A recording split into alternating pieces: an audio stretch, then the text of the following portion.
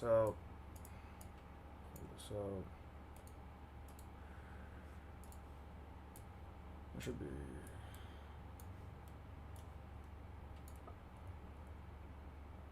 Futari bus. Okay. So while that's going on, I'm gonna go get some water. Let me post it for everyone. Discord.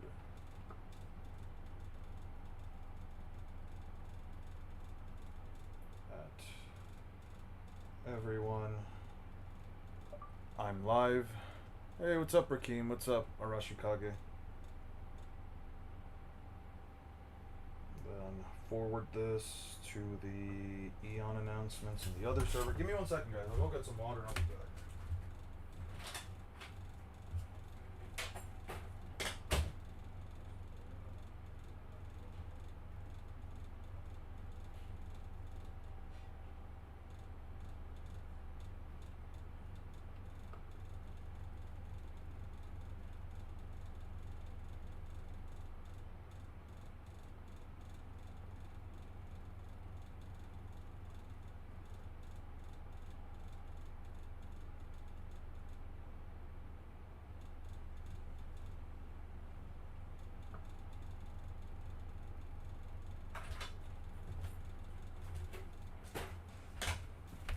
How's everybody doing? How's everybody feeling? Hope everybody's feeling good. Hope everybody's having a good mid-week. Bro literally just left. Definitely not first, but yeah. How's everybody doing? So, nothing much to talk about. We got some Rent-A-Girlfriend here. As you all know, we are a Rent-A-Girlfriend channel. We have read every single chapter of Rent-A-Girlfriend. It's the greatest romance series of all time, as unlike what many people seem to believe. I don't know. Actually, let me just stop bullshitting.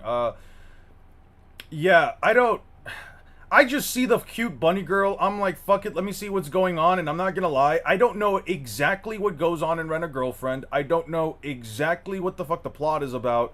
I haven't even read this whole thing right here. All I know is that, like, this guy and this chick has been talking like some dude all day, and for like the past 3 months, I've seen this guy stuck in his room. This guy has been inside his room more than I have, and I'm a person that basically leaves without any family over. I'm basically a person that leaves his house like maybe 2 times a week, if necessary, for like groceries and shopping and all that other crap. And errands and all that stuff. Like, yo, this guy has been inside of that room for fucking months. What's up, guys? I'm just kidding, by the way. We're not a Rent-A-Girlfriend channel. I just keep clicking on it just because I know that pisses people off to see this series of. I don't. What the fuck is the plot of Rent-A-Girlfriend? And who the fuck is this dude? Is this the main character? Is this supposed to be the main character? Did he change his fucking hairstyle? Is that why he looks different? I don't know, man. I'm so over it. Okay, what kind of bet did you lose to read this? I didn't lose any bet. I just started clicking on it one day, and then I don't know. I read like 1 chapter, and I'm like, cool, that exists. What is this? Ja kimi no kawari ni korosuka. Centers around bullied first when a classmate nicknamed Amelie involved in the bullies. Amelie only tells that he would commit murder if he wanted to. Oh, this is one of those like psychological series where like the guy is being bullied or whatever. Yeah. And then his friend is like, oh yeah, I'll do anything for you, my mans. Oh yeah, should I kill those guys too? Yeah, oh, this guy's crazy. I've never seen this story either. Anyway, how you guys doing? Let's hope that this stream won't get age restricted like the last one. Have you heard of Chain-Smoking Cats? I did. I saw the first chapter. Not the first chapter. I saw like a scene from like the first episode and it was really fucking gross, dude. Chain-Smoking Cats is probably not for me. I don't know. I'm not like a neat freak. Like, there's a disorderly mess in like my room every now and then as far as like gaming controllers go and stuff like that, and like the area where I like sit things to the left of my computer, and I guess like where I put all my, you know, my stuff like vitamins and medicines and stuff. I could say that's a little disorderly, but besides that, I'd say I keep my room relatively clean. The chain-smoking cat shit, bro, I don't know. I hate seeing people in extremely disgusting, disruptive rooms where just things are on the floor, there are weird stains, there's just glasses and food thrown everywhere. I can't handle that, bro. To that extent, I am completely over it. Um, Opinion on Blue Lock? I think Blue Lock's fantastic. I think Blue Lock is fantastic. I think it's one of the better written sports anime series. I enjoy it quite a bit. I've also been reading through So You Weren't Into Me. You guys have a lot to catch up on. If you guys would like me to read you through, I think the last time that we read this series together, we were around chapter 14 or 15. But yeah, it's been okay. It's been chilling. It's been pretty decent. Besides that, I'm gonna just catch you guys up on what we've been doing so far within the context of the story. This is the true peak of romance. I don't know about peak of romance because one of them is his cousin. That shit is crazy to me. I hope she's the only one who loses in this whole series. The other like 3 chicks, I'm like, okay, there's fine. There's the best friend. There's the childhood friend that grew up with him. There's the classmate that sits next to him, and then there's the little sister to the girl that he was in love with that he doesn't know she's his little sister. She's her little sister. Sorry. Besides that, I couldn't care less for the cousin. But as far as other series go, have you read the new Kengan chapter? Yeah, the new Kengan chapter was crazy. It kind of went the way I thought it would go, all things considered. Lehito taking out the weird Sawada, the weird hair dude. I saw it coming from like a mile away. Like Lehito's face, especially throughout like these fights, in comparison to the later arc, in comparison to the earliest arcs of Kengan, like this is a completely different character by this point. I have so much more respect for Lehito as an individual, especially with all the fights that he's been in and all the training that he's done. Like Kazuo Yamashita said, like the gap between them is just too massive. It's not even remotely close. But as far as an update for the channel and for the video, you guys will be happy to know that I've so far gone through about 45-ish pages, 45-ish minutes of the script, to give you a side-by-side comparison of how many pages that is so far. 45 minutes. Let's see.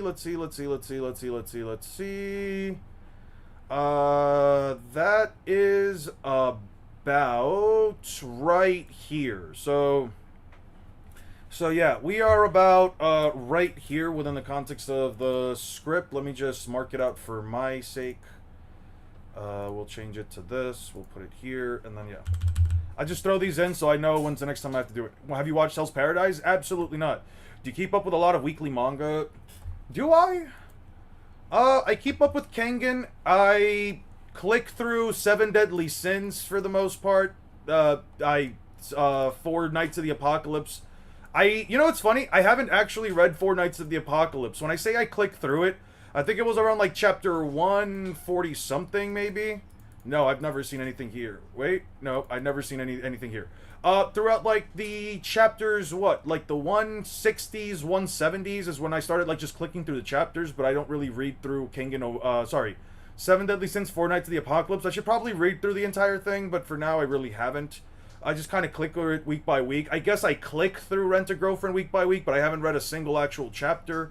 And I don't know what the confines of the story is. If I had to say like weekly series that I do read, it would probably just be Kengan Omega, One Piece, and Kengan Omega, One Piece, Blue Lock, and I can't recall right now. I don't know if there are any other series that like I'm actively reading week to week. Oh, Ichi the Witch. I'd say probably like 4 of them. As far as Hell's Paradise, never read it. So Wada actually uses an upgraded technique. He uses 10 Gs rather than the 2 Gs. Even so, bro blocked it easily and took no damage. Yeah, but Sawada, I'm not gonna call Sawada a fraud. You also read Baki then. No, absolutely not. I can't stand Baki. With Kengan, there's a level of realism to it that I can 100% be okay with. From the sense that, like, yes, they are human characters, and in many cases, some of them can do what is technically considered superhuman in nature, but, like, it's never to the absurdity of Baki. And with Baki, I don't know, man. I don't like the character designs. I don't like the way that they look. I really hate Baki's character designs. I hate the art style. I do not like it. I do not like these hyper-realistic details that they give to, like, some characters in certain senses, with, like, some of the... I don't know, man. It's just weird. I don't like Baki that much. I watched the series. I haven't seen the latest one with Musashi, but I have watched Baki to an extent.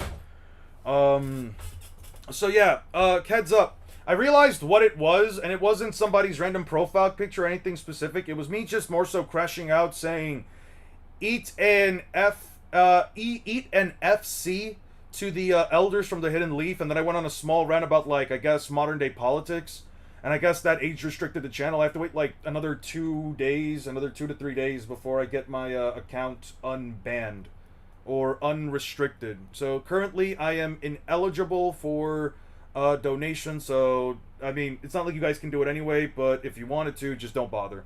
Lijito cut through steel with his fingernails. That's nuts. It is kind of nuts that he was able to do that. I will say it does kind of push it sometimes with certain characters, but I'm chilling, bro. At least with Kengan, I feel like I can enjoy the art style and the different art styles and the different fighting styles that they use without it being some overly crazy shit like they do in Baki. World War II, behind a horrific conflict known to all, there exists a secret war known to none. Codemakers and codebreakers, a story unravels of the lives of men vanish into the shadows of history. A psychological seinen? Cool. Fantastic. What does all of this mean? He's trying to find. I can do it. It's the only thing I can do. We want you to decode this in 20 minutes, Mr. Sakaguchi. Yeah, whatever. I don't really care. What's more absurd in fantasy, early One Piece or JoJo? Early JoJo's wasn't that absurd in terms of fantasy. The only absurdity in terms of like early JoJo's is really just the art style. Like, listen, Araki is a master of the pen, I would argue, but like Part 1 JoJo's, I'm gonna be so fucking real, had some really weird fucking manga panels, and I get why. I understand the history behind it. I understand some of the choices in art style that Araki made, especially going into, like, let's say Part 2. Where, he does show, I think it was like an image of Joseph Joestar, what was it, there was like an image of Joseph Joestar that's like very... Was it this one? Yeah, it's like images of Joseph Joestar with like extremely fucked up proportions or whatever, but that's because Araki took into consideration the fact that manga panels, whenever they're putting to books, because that was primarily the use of media that they would, that was the medium that people would read manga from all the way back in like the late 80s and 90s. What Araki would do is essentially extend certain, anatomy of the characters so that by the time that you would be reading it in an actual page, it would take this into consideration, right? I'm not a fan of it. I do understand why he does it, but yeah, they've got some pretty weird shit happening as far as JoJo's goes, in terms of like what the characters are, in terms of like just the absurdity of the series. I would say JoJo's doesn't get too absurd until like parts 4 through 6 to 7, and I'm not making the joke. I'm just saying like parts. Not even 4. 5 to 7, parts 5 through 7, that's when the absurdity gets crazy, and that's when we get, like, all these crazy fun facts. Not really. We get fun facts, like, in parts 3 and 4 as well, even in parts 1 and 2, but mostly, I'm talking about, like, the absurdity of the fights and how everything goes. Hey, what's up, one man? There's a theory that Imu can use the weapons of the 20 Kings. What are your thoughts, especially since we haven't seen much from that book he used? I have no clue. I know what you're referencing, Jaxel, because I saw somebody post a spoiler about like the other 19 swords in the throne room. I saw like a spoiler about it. People just don't give a shit across the internet, so whatever. It's fine. I would like the concept of Emu using such a thing, but I don't want to talk too much about it I don't want to talk too much about this theory or this idea without first going into the next chapter. Hey, what's up, Swag? What's up? I don't really have a lot of plans for the stream as far as things we can do. If anybody wants to bring up any ideas or whatever, if anybody wants to debate me on anything stupid as far as like series goes, just give me what my position is and I'll try to develop some bullshit argument on the spot. I'm down to do something like that. I'm down to check out any manga you guys would be interested in having me check out for the moment. But besides that, I'm just messing around. I just kind of wanted to yap with you guys. What's this about? The war between Ideal, the country of a demon race, and Etoile Kingdom, the country of the human race, of the human races, had been going on for a long time until a peace overture was offered by the demon lord. Following this, the demonic princess Lezelot was married to the hero Schmurz. Who the fuck names their kid Schmurz? And she'll live in the human world as a hostage of sorts. However, this is Laswat's first step toward her ambition, and future will be full of hardship that she must overcome. So she's the main protagonist? Yeah, okay. Yeah. As far as series goes, what have you guys been catching up with? What have you guys been reading? Let me hear what you guys have been checking out. What have you guys been reading? What you guys have been looking? What? Está rico. Sí, el único problema es que si lo deja así de ahí va a escuchar. Si usted se pone a hablar o algo así, van a escuchar todo. No, está bien, como quiera. No, déjalo. Déjalo abierto, se cierra solo. Va a poner la cajita ahí para que lo pare. Bueno. Would you scale Baratier Jin at Kurobi level? Would I scale Baratier Jin to Kurobi level? The thing about Jin is that, like, he is considered a merciless character who was known as, like, a killer and a demon man or whatever, but, like, it's so weird because it's like Jin really just beats down Sanji. Jin does beat down Sanji, but Sanji chose not to fight back, dude. Like, Sanji realistically chose to not fight back. Oh wait, Oro, you're rereading through Payne's Assault for the research? What's the video topic you're talking about? You're gonna write that you're writing a script for it too, right? Are you going to if you don't want to post, if you don't want to like say it in chat, just like DM me it and I'll check it out in DMs. But what's the idea you're thinking about doing? You Puerto Riqueño? I'm not Boricua, bro. I'm not Puerto Rican. I am Spanish, but I'm not Puerto Rican. I'll say that much. Can you react to Hashirama versus Whitebeard? Is it close? Netteriki. Is it the SB the Sage video or no? Is it the SB the Sage video? Because if it's the SB Sage video, like I said before, that guy can't scale One Piece to save his life. So I'm just not watching that again. If it's another person, sure, I can check it out. How's it going? What's up, One Smart? How you doing, man? I've mainly just been reading fanfic recently, though I've had like 100+ manga, manhwa, and manhua total I need to catch up on. Dude, it's the worst. If it's a Sage video, it's a waste of time. Yeah, I agree. So yeah, what are you guys reading right now? Are you guys reading anything else that isn't like One Piece, Naruto, etc.? Are you guys checking out any other series? Kurobi. What? It's so hard because it's like Sanji beat the fuck out of Kurobi once they were outside, specifically out of the water. Sanji beat the fuck out of Kurobi, dude. But like, Sanji Sanji doesn't beat down Jin or anything, right? Like, he just takes him with me. He's like, I can't do it, Captain. I can't. And then, what's-his-face tries to shoot him down, right? You ever played Dispatch? The game is fire. I've never played Dispatch. It's all good, though. I can stream some gaming. I mean, I do have a couple of games on my PC. I can show you guys my Pal World base and where it's at right now. Why don't you say a bit about how's your day's been, Eon? Anything funny or interesting happening?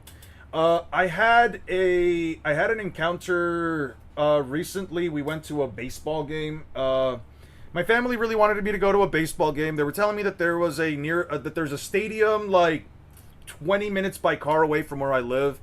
They were like, why don't we just go watch a baseball game before we all leave? My whole family left Monday and Tuesday.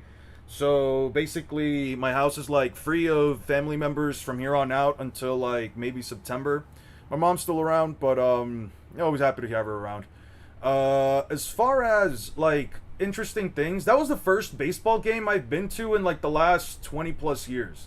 Because I think the first time that I went, I was a little kid, but I was like young enough to where like I still needed like naps in the day. I still need, like, sometimes I would just need like a nap midday. So I think the only other baseball game that I went to when I was a little kid, I basically fell asleep at around the age of, fuck, how old was I? I don't remember. It's definitely been over 20 years, but I fell asleep before the game started, and I woke up after the game had ended. So my uncle was like, come on, bro, we gotta go. How is it possible? You live here. You don't even go see, like, basketball games or anything? I'm like, bro, I don't care about sports, dude. It would be an experience for sure. I'm not gonna sit here and say that I wouldn't enjoy my time with you guys, but as far as something that happens in a random sports game for teams, whether it's my hometown team or not, genuinely doesn't mean anything to me. I would rather do... it's not that I would rather do anything else. I I don't gain anything out of seeing my team or any team that I'm related with winning. What about football? Did you catch any of the World Cup games recently, or is that not your interest? I'm not a fan of sports. I can read sports manga. I can read a manga about combat sports like Kengan Omega or Blue Ursus or whatever the fuck that one's called. I can read manga like that, no issue. I can read stars and read about MMA, no issue, but you're never going to watch me talk about a UFC match or a UFC fighter, though that shit I find boring. I will sit here and talk about Blue Lock all day, but I am never watching a full game of soccer or football because that shit is one of the most boring sports I've ever seen. My girlfriend and I really sat down for like 45 minutes to watch, to yap with my family when it was like the Copa, the Capo Verde or whatever the fuck their name were. Copa Verde versus Argentina, and she and I were like yapping with my family, and like 45 minutes into our conversation, she looks up at the screen, at the TV screen, and she's like, "Babe, sorry to bother you, but like, babe, nothing happened. Is this normal? The score hasn't changed. Nothing's happened in the game." I'm like, "Yes, my love, this is normal. This is what happens." As far as the finals for the World Cup goes, I heard that like the FIFA Association, everyone did everything they could to stop Spain from winning because Argentina was playing a completely different sport. The motherfuckers were doing everything they could to like make their goals not count, and Spain still won. And I'm like, dude, yeah. I'm just sitting here like, yeah, soccer's boring. Soccer is gotta be one of the most boring sports ever to sit there and just watch. I thought the same thing about baseball. When I went to that baseball game, dude, like, it was interesting. I will say, the energy of a stadium is what will get you to really care about this stuff. I will always agree with that. It's the energy of a stadium, the energy of the people there that will have you do it. But I just found it so fucking funny, because it's like, the whole game is happening, and like half the time, bro, there's like genuinely... Half the time it just feels like, yeah, like the guys are moving around, like they catch a ball and they throw a ball. I'm making jokes to my girlfriend the entire time because we're sitting like all the way in like the top back bleachers. And I'm just sitting there and telling my girlfriend like, so this is what baseball is. A bunch of guys holding a rock hard stick, rock hard wood, slapping around balls and trying to catch and throw balls at each other. That's the sport. I'm sorry, bro. I can't do it. I can't sit here and actually be entertained by this. I saw one of the teams score like 4 points back to back, and while everyone was screaming and shit, I'm just like, bruh, that's it? JJK related question. If you were to come up with a hypothetical loadout of binding vows that would increase your chances of consistently landing black flashes, what would the binding vows be? That's a good question, actually. That's a good question, but I don't know if there's necessarily a binding vow that one can perform to do a black flash, because a black flash isn't something based on a binding vow. A black flash is essentially the phenomena that occurs when you land an attack at 0.001 or 0.0001, some like fraction of a second. When you land a punch within a fraction of a second, or when you land an impact within a fraction of a second of landing the of forming the cursed energy. I'm not sure if there's necessarily let me ask you a question, Emerald. Is there an instance? Maybe I could come up with like some binding vows. But is there an instance at any point, does anybody else know this, if you guys have watched JJK, is there any instance of anybody, like, creating a binding vow through black flashes? No, right? There's no, like, binding vow or anything, because, Yuji, for example, was capable of learning how to kind of manipulate it, because he started off by being faster than his own cursed energy, so when his cursed energy caught up with him, that's when he was able to start landing black flashes to somewhat of a consistent degree, at least within the first use, before he, like, broke the record, right? And then after that, it was kind of like he would just pop a black flash every now and then. I don't know if there's necessarily a binding vow that would work with that, because what would the binding vow be? What could you give up in order to increase your odds of landing a black flash? Especially since someone like Gojo says that, like, even humidity, air temperature, even, like, the space that you're in does have an actual... best thumbnail to ever exist. I appreciate it too. I love the Itachi one. I was actually thinking about changing the Itachi thumbnail and stretching the fuck out of it and giving him like glowing red eyes just to make it look even funnier. I just have to figure out how to do that shit with a meme editor. The main thing I've been reading is One Piece X My Hero Academia X Kill a Kill crossfic called Kill One Hero. It's pretty good, and it's just gotten to the post time skip for One Piece. The 2 years were filled with MHA story. That's pretty cool. That's pretty cool. I know I'm not the biggest fan of like fanfic stories, but I have always been somebody who like at least I'll respect the fact that if someone's able to write a fanfic and at least to an extent that is at least of the same quality as the original manga artist, or in some cases even better, I'm for it. Shit. I mean, people enjoy whatever you enjoy, right? And if it's nice and cool, and if it encompasses a series that you love, fuck it, go ahead. I remember that one of the fanfics that I was trying to get into as a kid was Mario Brothers Z, where they used like the sprite works for they used the sprite art on YouTube. It was like a very old series. They used to use the sprite works for like some old Sonic games, the Sonic Advance series, and the Mario and Luigi games. They used the sprite works to essentially have like a Mario, Luigi, Sonic and Shadow versus like Metal Mecha Super Duper Sonic or some shit. It was really badass. The creator is Seer. Hashirama versus Whitebeard isn't fair. Let's check that out. I'll pull it up. Hashirama versus Whitebeard is not fair. Hashirama versus Whitebeard isn't fair. You said by Seer. Ah, here we go. Sure. I haven't heard of Seer. This guy is the king of downscale for Naruto? Absolutely not. True. I never understood the hype. You literally get 0 out of the team from country or town winning. It's so weird to see people crash out over it. The Kengan universe is pretty big. There is 3 other mangas connected to it, especially the one called Strike the First Fist. Yes. Stars Strike It Rich or Strike the First Fist or something like that, right? That manga, I have read a couple of pages of it. I think Blue Ursus also technically takes place in the Kengan world.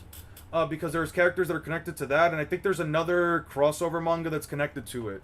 They're trying to make the fucking Kengan, they're trying to make like the Kengan verse, or whichever one of these verses came out first. They're trying to make it all into like the new fucking MCU of combat sports animes. That's why rugby's better. They score way more often, then there's more action. Yeah, probably. I'm just not a fan of sports, dude. I don't like seeing humans just run around inside of a big fucking field just doing shit. It's just not interesting to me.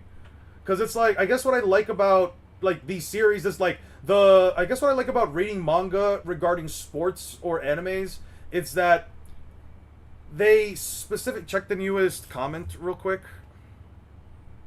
For this video? Sure. Gracious Deity Gates GG's. Genjutsu is not countering observation hockey. Whitebeard should scale to at least beast form Kaido, who in base could casually lift a big ass island. Prime Whitebeard would objectively be stronger than even that version, simply because he fought Roger and Garb, who all should scale way higher than Kaido. This is like the same Hashirama being stronger than Tomiyama, but on a bigger scale. Yeah. Not on my video. Which video? On my latest video? What, Kaido's been power cliffed? Yeah, in notice. Okay. Or are you talking about the latest post? Are you talking about my latest post? Oh. I feel like I've been issued a challenge. I love that. Yeah, you debate, yeah, debate Aura with the, yeah, just debate Aura. Don't debate me, just debate Aura. I don't care. Debate Aura, he wants all the smoke. I'm kind of over it. I'm kind of over the smoke. Yeah, I'm a little pee-pee poo-poo baby. The binding vows I was thinking of wouldn't necessarily guarantee landing black flashes, but each individual vow would assist in fulfilling each requirement to hitting a black flash. But what do you give in return, right? So, like, let's say, okay, a binding vow to increase your cursed... A binding vow to either increase your cursed energy release or your physical strength, or your physical body, in order to... Which would inherently have to have some kind of cursed energy infusing it in the first place, in order to keep up with the black flash, right? So you would need something to... A binding vow that affects... Okay, wait. You would need a binding vow that either affects your cursed energy or your physical body so that you can increase one or the other to simultaneously make them come out quicker and more consistently. You would need the right conditions mid-battlefield. You would need to fulfill the conditions mid-battlefield consistently. And you would need probably a binding vow that somehow affects either the air temperature or humidity of the room so that you can land it more consistently. Like, I don't know. I feel like in order to land a black flash, I feel like to make a binding vow to land a black flash and like increase the odds, you essentially have to make a personal binding vow to your raw physical stats. We can debate on if Ulti and Shizune are ugly ogres. How about this? Who wants to debate me on Ulti versus Katakuri? Anybody want to debate me on like Ulti versus Katakuri or Doflamingo? No particular reason. There's a Kengan fan manga called Convict Coliseum, and it's really good, and the characters are fucking nuts. Convict Coliseum. Convict Coliseum. Oh, Colosseum. Colosseum. Reincarnation Coliseum. I don't think I should click on this one. I see a woman raising her leg with large boobs. You on Ulti side? I'll be on whatever side you guys want me to be. I'll either be on Katakuri's side or I'll be on Ulti's side. I doubt Ulti could beat Katakuri. I would put money on it. I would unironically put money on it. I get it. You're just far, far, far away watching little people run around. It doesn't move me. If there was an invention that could get the point of view of the players, would you like it more? I mean, you have like the cameras and like the replays and all that stuff, but what I'm talking about is I like seeing the character's thought process mid-game. I like seeing all the little connections and all the little cool scenes and moments where, like, you see, like, still shots of them, like, performing all this crazy shit in the middle of a game, right? Like, you see much crazier stuff each game, and you see characters actually, like, showing differences between each player that you normally wouldn't pick up on unless you have a lot of knowledge on the sport, right? Like, if you're someone like me that doesn't play a lot, that doesn't watch or play a lot of soccer, I can't tell you the difference between Messi, someone like Lionel Messi, and someone like some other random fuck-ass player kicking the ball. I can't tell you what the difference is. I can't tell you which players have better ball control, or which players are better at trapping, or which players are better at shooting, or passing, or setting up, or midfielding, or all that garbage. There's just so much shit that comes to, like, real-life sports that, like, you would have to literally have one of those, like, video game cameras where, like, it just moves around the characters, kind of like a Mario Kart. Think of it like one of like Mario Kart 8 or Mario Kart World's like replay camera, where like you constantly see like a small camera moving around the characters and like showing you all these different perspective shots. Like I would need something like that every fucking moment, bro. I would need something like that every single moment. A vow would be to boost your existing skill at the microsecond timing requirement, but at the cost of a permanent loss of one of your arms. I've never. How often do binding vows have you limit the use of a specific body part? Because, and I see where you're headed with this as Emerald, but then wouldn't that be a terrible cost? Because usually it was stated during the Sukuna transformation moment where it stated that to excel at Jujutsu is to excel at a couple of specific things. To excel at subtraction is to excel at Jujutsu, but it also showed that, like, one of the benefits of Sukuna's physical body is that having extra limbs and having an extra mouth that don't put a burden on your on your hands and on your arms and lungs essentially allow you to do more things, right? You would have to be an expert at Jujutsu already in order to perform not only at a domain expansion with one hand, which only Gojo and Sukuna are capable of doing.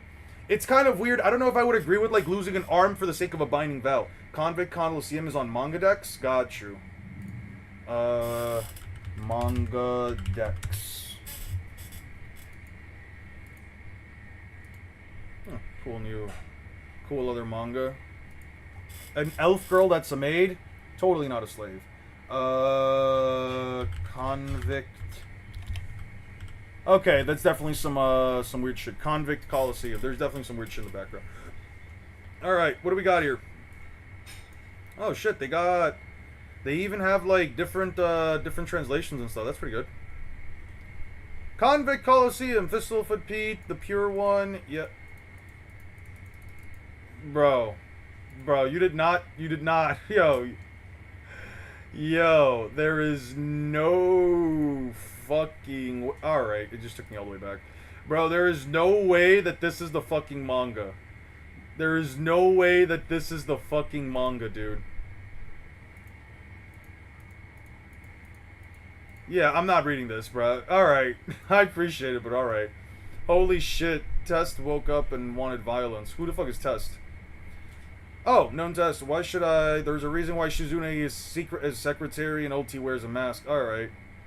BBG Ulti, Baby Girl Ulti, Negs. Maybe incorporating a program domain like Miwa's or Kusakabe's with a binding vow may give a boosted chance. Yeah, like maybe restricting binding, maybe restricting like a domain, sorry, not a domain expansion, maybe restricting black flashes to only happening within the context of your simple domain might actually be a better utilization of it, since they're both applications of cursed energy. Does she even have a win condition, though? She doesn't have Future Sight, and she would also not be able to shake Katakuri's composure off. I don't know. I don't think Katakuri would do that good of a job at hurting her. I mean, she could take attacks from Big Mom even through an internal damage and still stand. Unless you think that Katakuri hits as hard as Big Mom and Kaido. I'm so tired of seeing Messi, Mbappe, Ronaldo, etc., man. I need Bachira and Isagi. That's what I'm saying, bro. Give me Bachira and Isagi in the main fucking games, bro. I don't need Mbappe and fucking Messi playing anymore. The motherfuckers need to retire. Actually, I don't know how old Mbappe is. She scales to a much stronger Luffy than the one who knocked out Karakuri's block off. Oh, right, that fight. But even then, she can hit him like... can she hit him in the first place? She could catch Luffy. She could catch Rooftop Luffy and grapple him. She could catch and hold down Rooftop Luffy, who scales above Gear 4 Luffy from Whole Cake Island. I would say so. The best I could argue is Luffy ain't Gear 4 speed after Udon, since he probably was not using Future Sight when he got blitzed by Cat.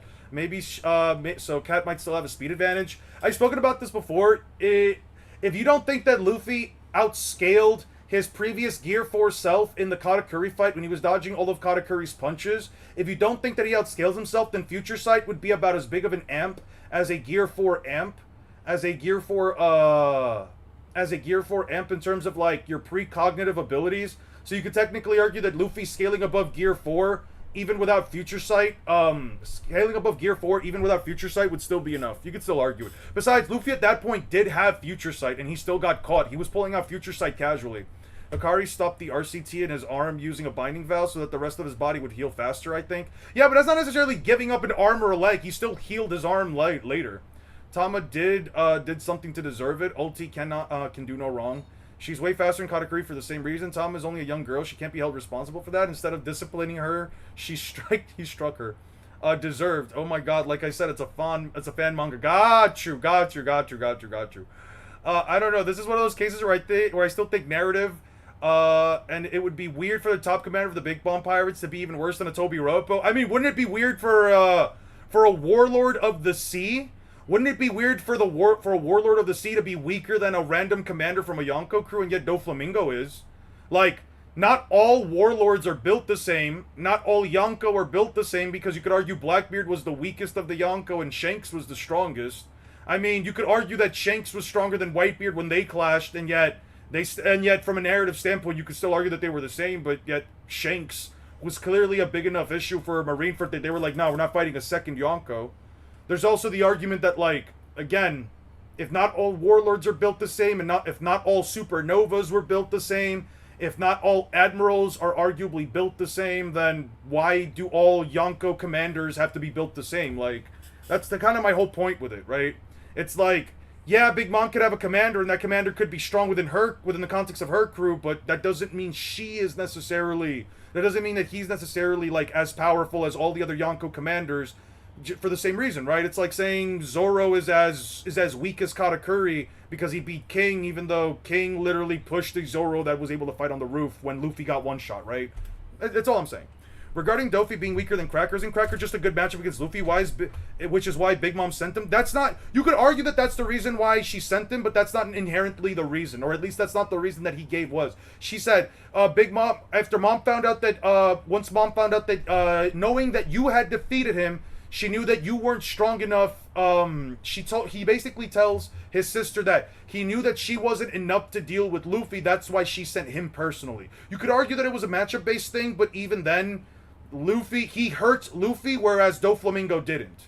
He hurt Luffy while his sword wasn't coated in Haki, or at least wasn't coated in the hardening version of Haki, and he still sliced Luffy, whereas Doflamingo coated his leg in black Haki and he couldn't hurt Luffy.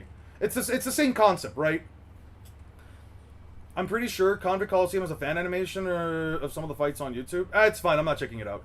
No, my point is that the Kaido Blitz, Luffy was not in the calm state of mind, so he probably ain't using Future Sight. So during the raid, he got him stronger, but not that much faster. I disagree. I think he got way fucking faster. The difference, again, if I'm partial... Okay, so there's two schools of thought that you can go about this, right? There's two schools of thought that you can go about, which is... And this actually primarily goes back to Katakuri versus Luffy, right? Katakuri versus Luffy. Pre-Future Sight, Luffy in Gear 4, can hit and land punches on Cat when he isn't using FS, when he isn't using Future Sight.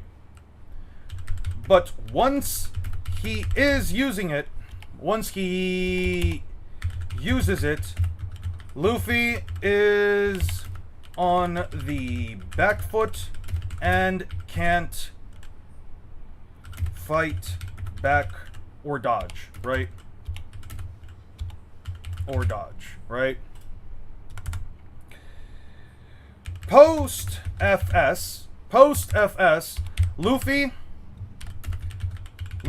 in base can now react to Cat's attacks consistently.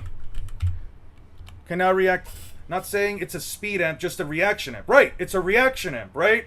It's a reaction amp. But the fact is, it's a reaction amp that gives Luffy an increase in reaction capabilities. Not even an increase in reaction.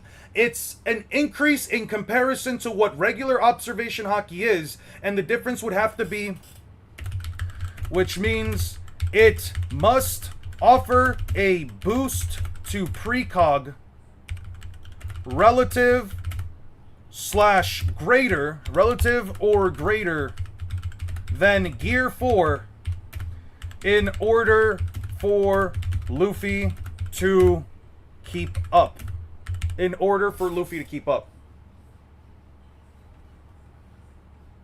FS isn't an amp. I don't know why people don't get that. It's not an amp, but it does at least boost. Being able to predict one's moves won't matter if you're not fast enough to dodge him. Luffy verbatim states this in his fight with Satsuri. And it's not just in his fight with Satsuri, you can also see it in the fight with the Boa sisters and against Kaido, where Kaido just uses it to dodge him.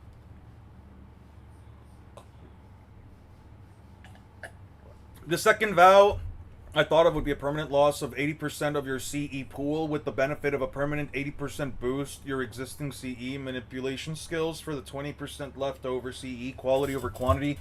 Yeah, but if it's quality over quantity, it still depends on how well you're able to... It still all depends on how effective...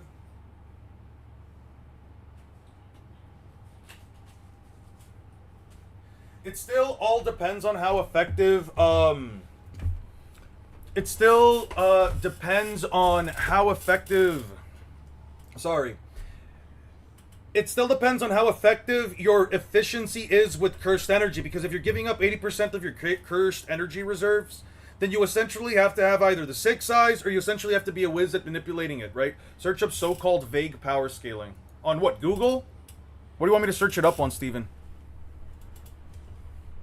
FS isn't a reaction amp, it just helps reaction. Well, it's an advanced application of precognition in the form of being able to see into the future. What I'm arguing here is that the difference between FS, between Future Sight and the base application of observation haki would have to be at least, if not greater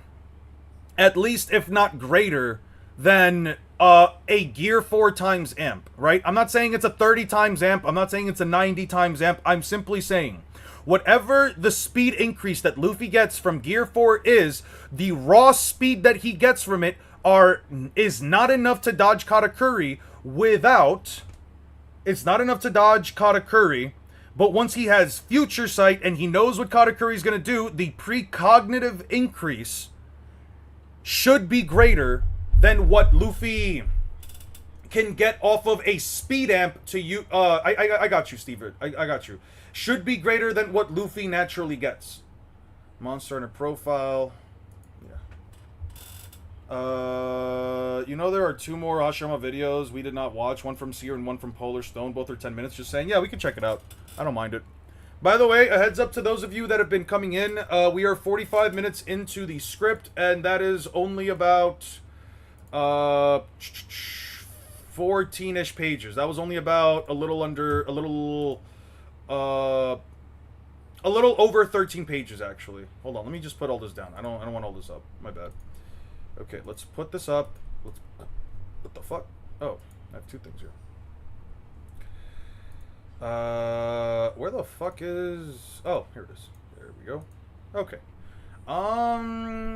Ain't the whole thing. Can you so-called vague power scaling? So-called vague power scaling.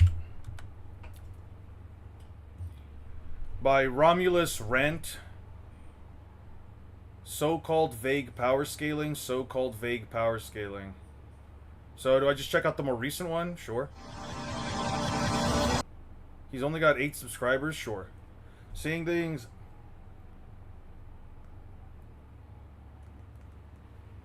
It literally never seen Luffy aim dodge anything. That's why it's a shitty argument coming from people like Sage. There's a difference between attacking preemptively and aim dodging. I don't think FS is a reaction amp per se, because a reaction involves movement and controlling any of your muscles. It's more like a witnessing amp, awareness amp, or however you call it, yeah.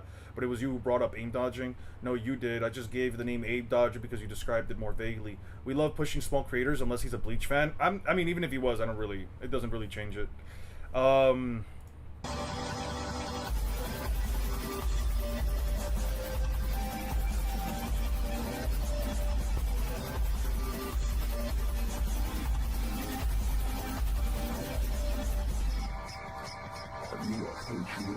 Join the Holy Empire. My holy brothers in Quirk Christ, subscribe to your Patriarch's Patreon page. Pay me money and I can work on Imperial infrastructure for a living instead of working on a corporate plantation. More proof and versus series, more recaps, reactions, and recap. Convoluted Clorox calcs and power stacking is also rather fuck-hearted and wrong. Damn. As any simple interweb search of all Ichigo fights will yield a plethora of cited sources to precisely how many battles Ichigo has taken part in. Damn. Furthermore, the fact that we know that Ichigo gets Zenkai boosts leaves only the exact integers or metrics that you choose to place on each one of those Zenkai boosts. Your issue is not with the convolution or how convoluted it is when it comes to power stacking in Bleach. Your issue stems from the fact that you hold a personal bias against that which would be yielded directly from these equations, i.e. the total beatdown of your favorite anime characters. You're a victim. Another disingenuous tack that I've often seen taken on by other content creators is that Kubo never had any intention of his characters reaching such monstrous speeds and destructive capabilities. That the same guy who nearly gave up on shonen manga after his first draft was rejected by Shueisha, only to come back because Akira Toriyama himself approached him and gave him the advice that he needed to keep going. That's right, people. As unbelievable as it seems, like a bazillion other mangaka, Taikubo was a fan, a stan, and looked up to Akira Toriyama. The editing is so scuffed. I don't know about that yet. I'm sure that may come as a surprise to some of you. That somehow the same guy who created Dragon Ball Z with swords, after being given the incentive and push by the creator of Dragon Ball Z without swords, conveniently wasn't thinking about the actual speed of light and such complex equations when he wrote his story. Because apparently the same guy who managed to bamboozle the entire Clorox community twice with the same character is too fucking fuckhearted to consider in-game power cliffing implications of capital G gods from his homeland's predominant theology. Stupid. You know, like in the same or a similar manner that possibly hundreds of other mangaka do, let alone the Toriyama implications. Stupid. Let alone that somehow these precise same arguments. Yo, this guy's... Okay, the mic would definitely need some work. The mic work, I don't know. It's a little too bassy and blasty. I don't know how to describe it. Dragon Ball Anubis is capable of destroying low to high multiversal complexes. Yeah. But in that same breath, a human being who is also a Quincy... No choice. For us to ever get out of here, he must first die.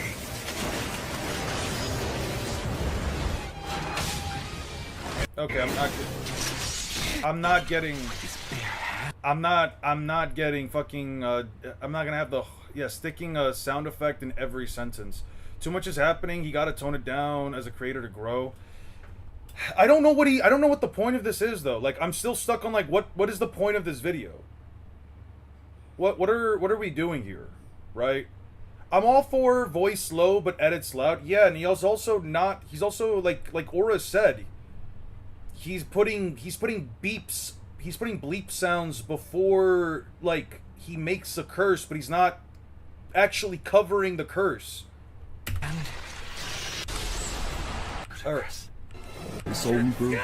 Dude, there's no way this video did not get fucking copyright struck. There's no way. He's just throwing fucking anime scenes with just really low quality.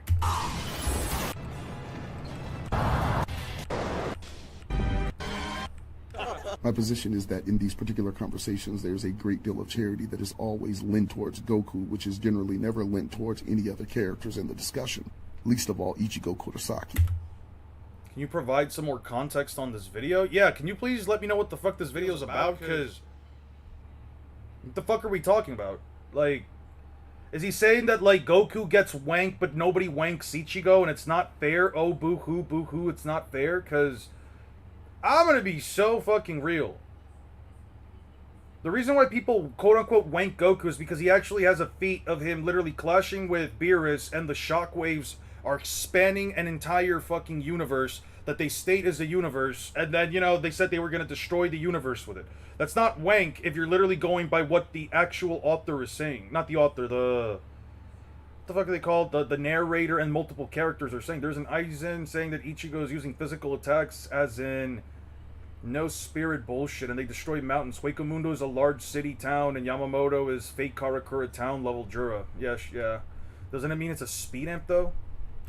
We blindly accept that Dragon Ball era characters were faster than light because Goku was able to reach and retrieve sunglasses from the audience and then put them on back in the arena in time to block a solar flare technique, which is not an actual solar flare, but rather an energy-based technique or attack that generates pure light or solar energy. Hey, what's up, Lawless? Yet, and still, some fucking way, some fucking how, when a Acero is fired in Clorox Bleach, an energy-based technique or attack that generates pure light or solar energy, it's not the speed of light or FTL. But I digress. Super Saiyan is a power stack, so is Super Saiyan God and Super Saiyan Blue and Super Saiyan Blue Evolution, despite there being absolutely zero implications or addresses on the multipliers for Super Saiyan God or Blue. The entire Cal community has headcanon its own narratively appropriate metrics in order to power scale from. And nobody said shit about how Dragon Ball Super power scaling is vague or convoluted. Damn. There's more to training than working your muscles. At least you figured it out quicker than Goku. Instead of refining, he's not even on the right path to attain. Some source material says Broly surpassed Beerus in power and then contradicts itself. Some source material says that Jiren embodied all of the Z Fighters and then contradicts itself.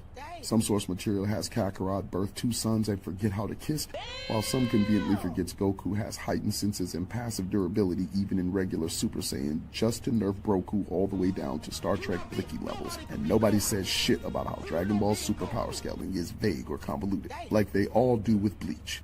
But I digress. At least we see someone perform the big feats at once before Goku beats them without performing the same as DC. Yeah, exactly. If you guys don't recommend, I hope the guy didn't recommend you to watch the video and left right after. I don't think so. Because he's also usually here, Steve Aaron Jaeger Eyes, or whatever their name is. They're a channel. They're a channel member, well, not a member, but, like, you know, they're part of the community. You know, they don't just randomly show up. They weren't some random, you know. Anyway, Know your fucking place. my Trash. hairline is yapping. It's crazy. Ultra Instinct Goku did indeed make his debut in the manga and anime versions of Dragon Ball Super's Tournament of Power. You need to keep in mind that modern Dragon Ball has not one, not two, but 3 separate continuities. The continuity that has the most direct involvement from Akira Toriyama himself, and by the end of this video, you will agree is the continuity where Ultra Instinct Goku is in fact non-canon. Let's clarify modern Dragon Ball's 3 continuities, as things aren't as simple as they were in the good old days, where we just had Toriyama's original holy canon, and the rest was non-canon blasphemy. Let's take Battle of Gods for instance. Goku vs. Beerus wasn't this universe-ending threat, firmly setting them in similar but separate continuities, such as the Universe 6 tournament having Super Saiyan God Goku in the manga and Super Saiyan Blue Kaioken Goku in the anime, the Goku Black arc having Super Saiyan God Vegeta and Super Saiyan Goku Black in the manga. The Tournament of Power, meanwhile, would have Ultra Instinct Omen Goku vs. Kefla, while in the manga it was Gohan vs. Kefla. UI debuts in the Tournament of Power. Oh, fucking really? Be more present if my I'd be more present if my Wi-Fi wasn't my mortal nemesis and didn't desire my eternal suffering. You're fine, dude. You're fine. Is he trying to say DBS isn't canon? I don't know, man.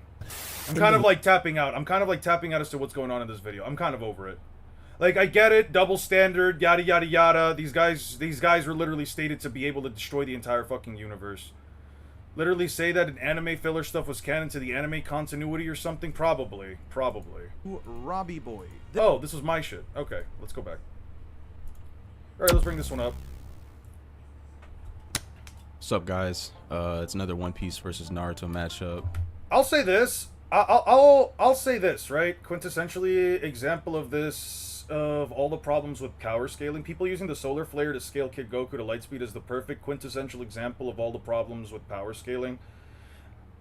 The quintessential problem with power scaling isn't it isn't an inherent issue with like Goku dodging the solar flare or whatever and it being stated to be lightspeed or whatever. Like that's not the quintessential problem. The quintessential problem with power scaling as a whole isn't that. It's that power scaling is inherently subjective to an extent, to a massive extent, like let's say 60-40, 60-40, 70-30.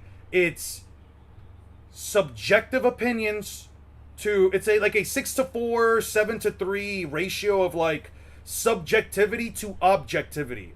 It's the issue that I've always brought up. An author can only give so much information for what their series, or for how powerful or how viable or how strong their series is, right? An author can only give so much detail. Why is that the case? That is because when you are writing a story, an ongoing narrative, an ongoing theme, when you're trying to expand a series, you are going to limit yourself as a writer if you give more detail.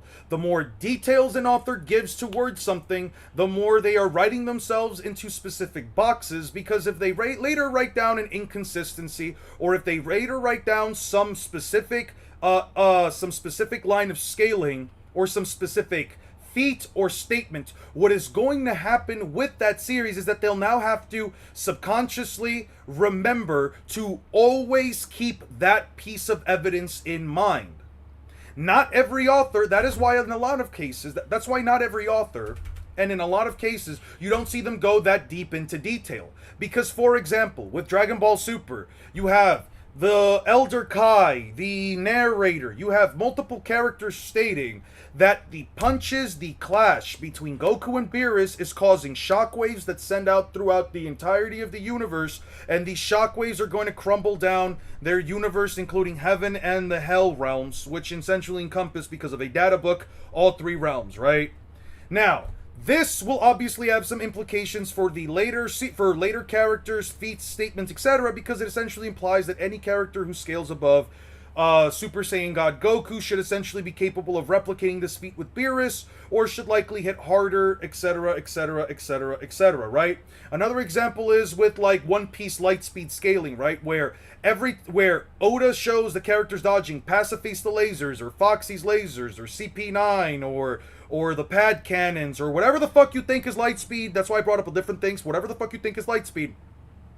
That's why Oda, having to throw in these lightspeed feats early into the series, then emphasizes, and that's why you don't see him really throw in statements about the character's speeds later on in the series, because at that point, if the characters are already dodging lightspeed attacks, the only logical conclusion you can reach is that they're FTL by post-time skip onward, right?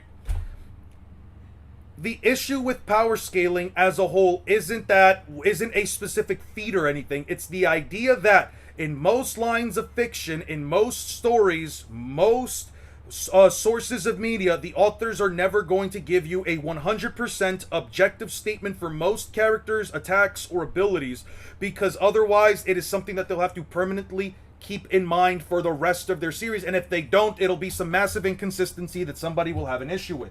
The other half is that most people don't understand that it's all subjective at the end of the day, to an extent, because yeah, I could argue all I want that Foxy is lightspeed, right? Or that shoots lightspeed beams, but at the end of the day, it's up to whomever I'm discussing with and whether or not they're going to choose to believe it, because at the end of the day, yeah, I could give you as much evidence for this, but then there could be some arguments for this, or there could be some arguments for that, or there could be some subjective interpretations that could make the argument that it's not so, which is why I said it's like a 60-40 thing, right? We might have a scale for how fast Foxy's beams might be, but we don't have a scale for how fast Crocodile is, or how fast Dory and Broggy are, or how fast, I don't know, what's his face, Wapol is, right? Like there are exact stints within the case of One Piece prior to an L. There are stints of space and stints of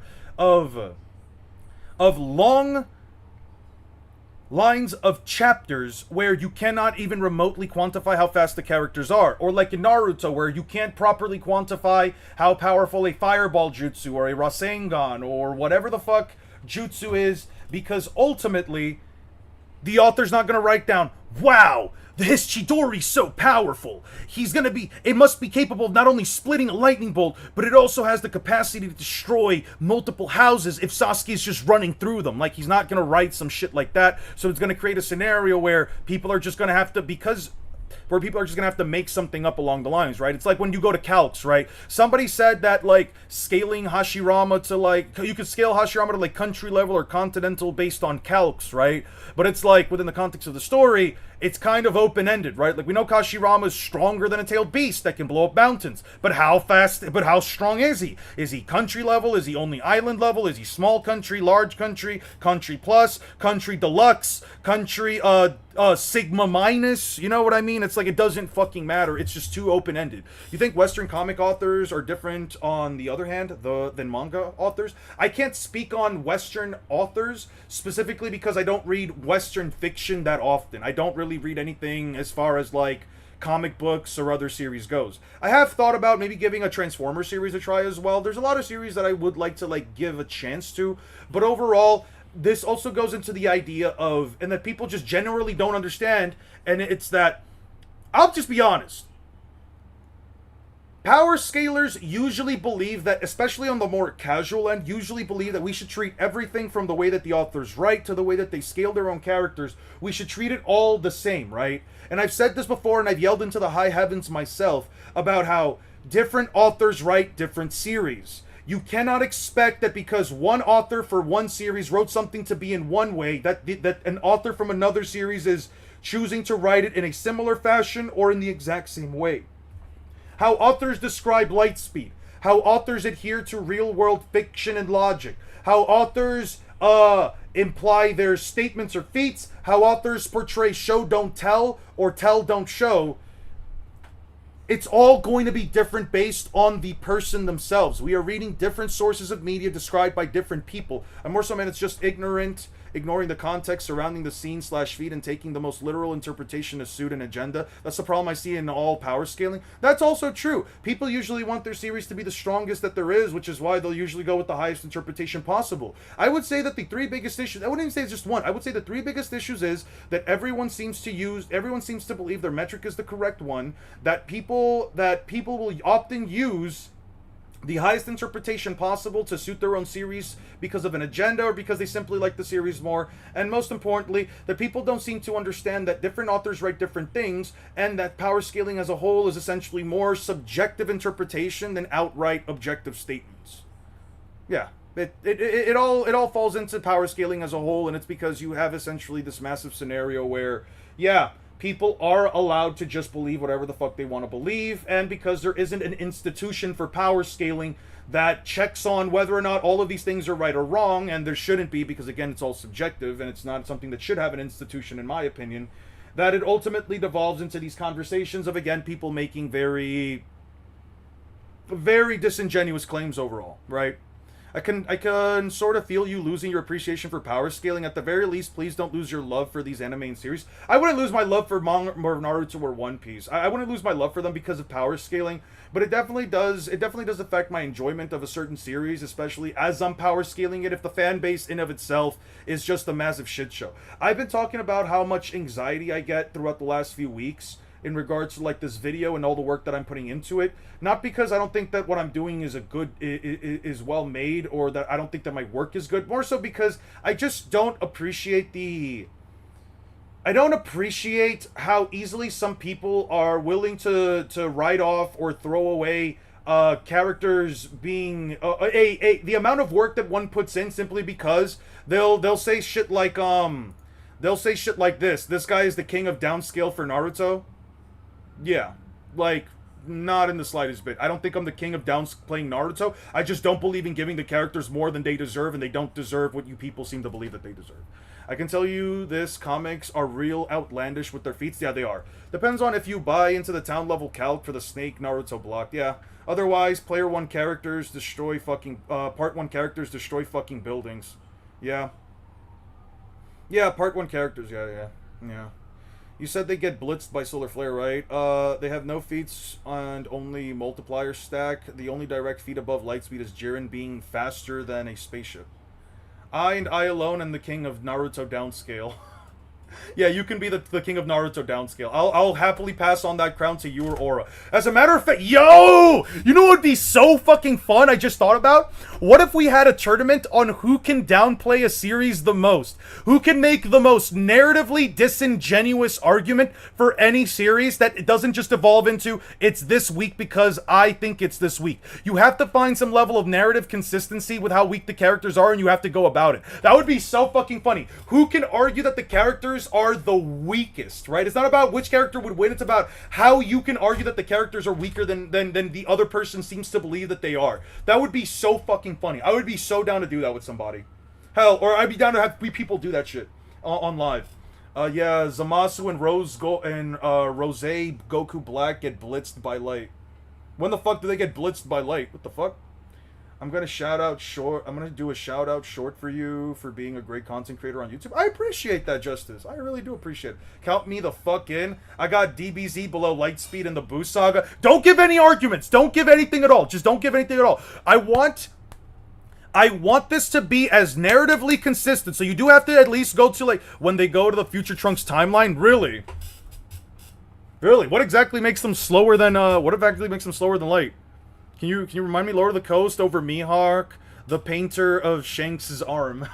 Yeah, exactly. Like, I don't give any arguments for everyone. I want you to give the most disingenuous but narratively consistent low-end argument. Like, you cannot push it beyond, like, a certain extent. You can't just say, like, all of it is just wrong. You have to build an argument and an interpretation. Oh, Trunks uses Solar Flare to get away from Black and Zamasu. Yeah, but the move is always used to catch people off guard. I don't know if that necessarily works, because the move is always used to catch people off guard. Like, it's always used as a way to, like, oh shit, I didn't see this thing coming. Like, yeah.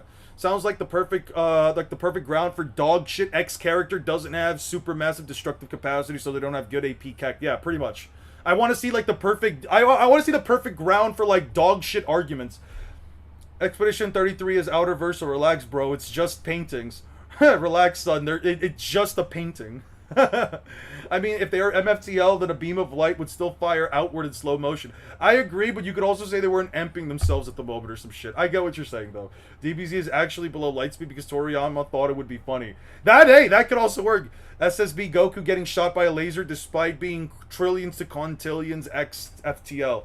Yeah, but he was also caught off guard. Guys, they're always caught off guard. Why wouldn't a key-based move scale to their speed? I don't fucking know, man. I'm sure it won't upset some people. But this time... Okay, what the fuck were those comments? To match up that I'm sure won't upset some people. No, you didn't give Luffy any credit. You don't understand One Piece. The fact that... It's another One Piece versus Naruto matchup that I'm sure won't upset some people.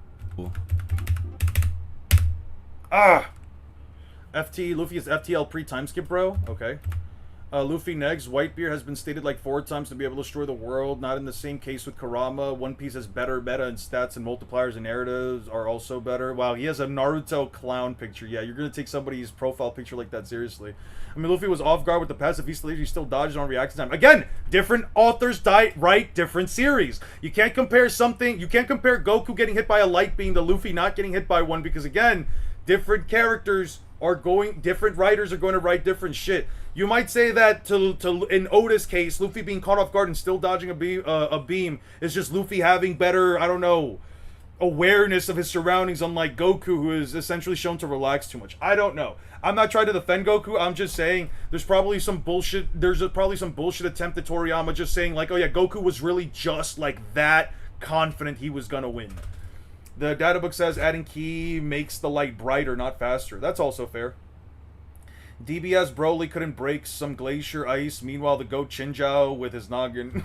I guess Chinjao is multiversal plus because of that shit, right? 10 out of 10 rage bait argument relying on chakra and haki being equal when chakra is physical based and haki is willpower and spirit based. It's not, but sure. Go ahead, King. Only way Naruto wins is sealing Rasengan or something sharp like a Rasen Shuriken if Luffy was held down, but you can't just sit here and deny the fact that Devil Fruit Awakenings turn whatever the user touches into their properties.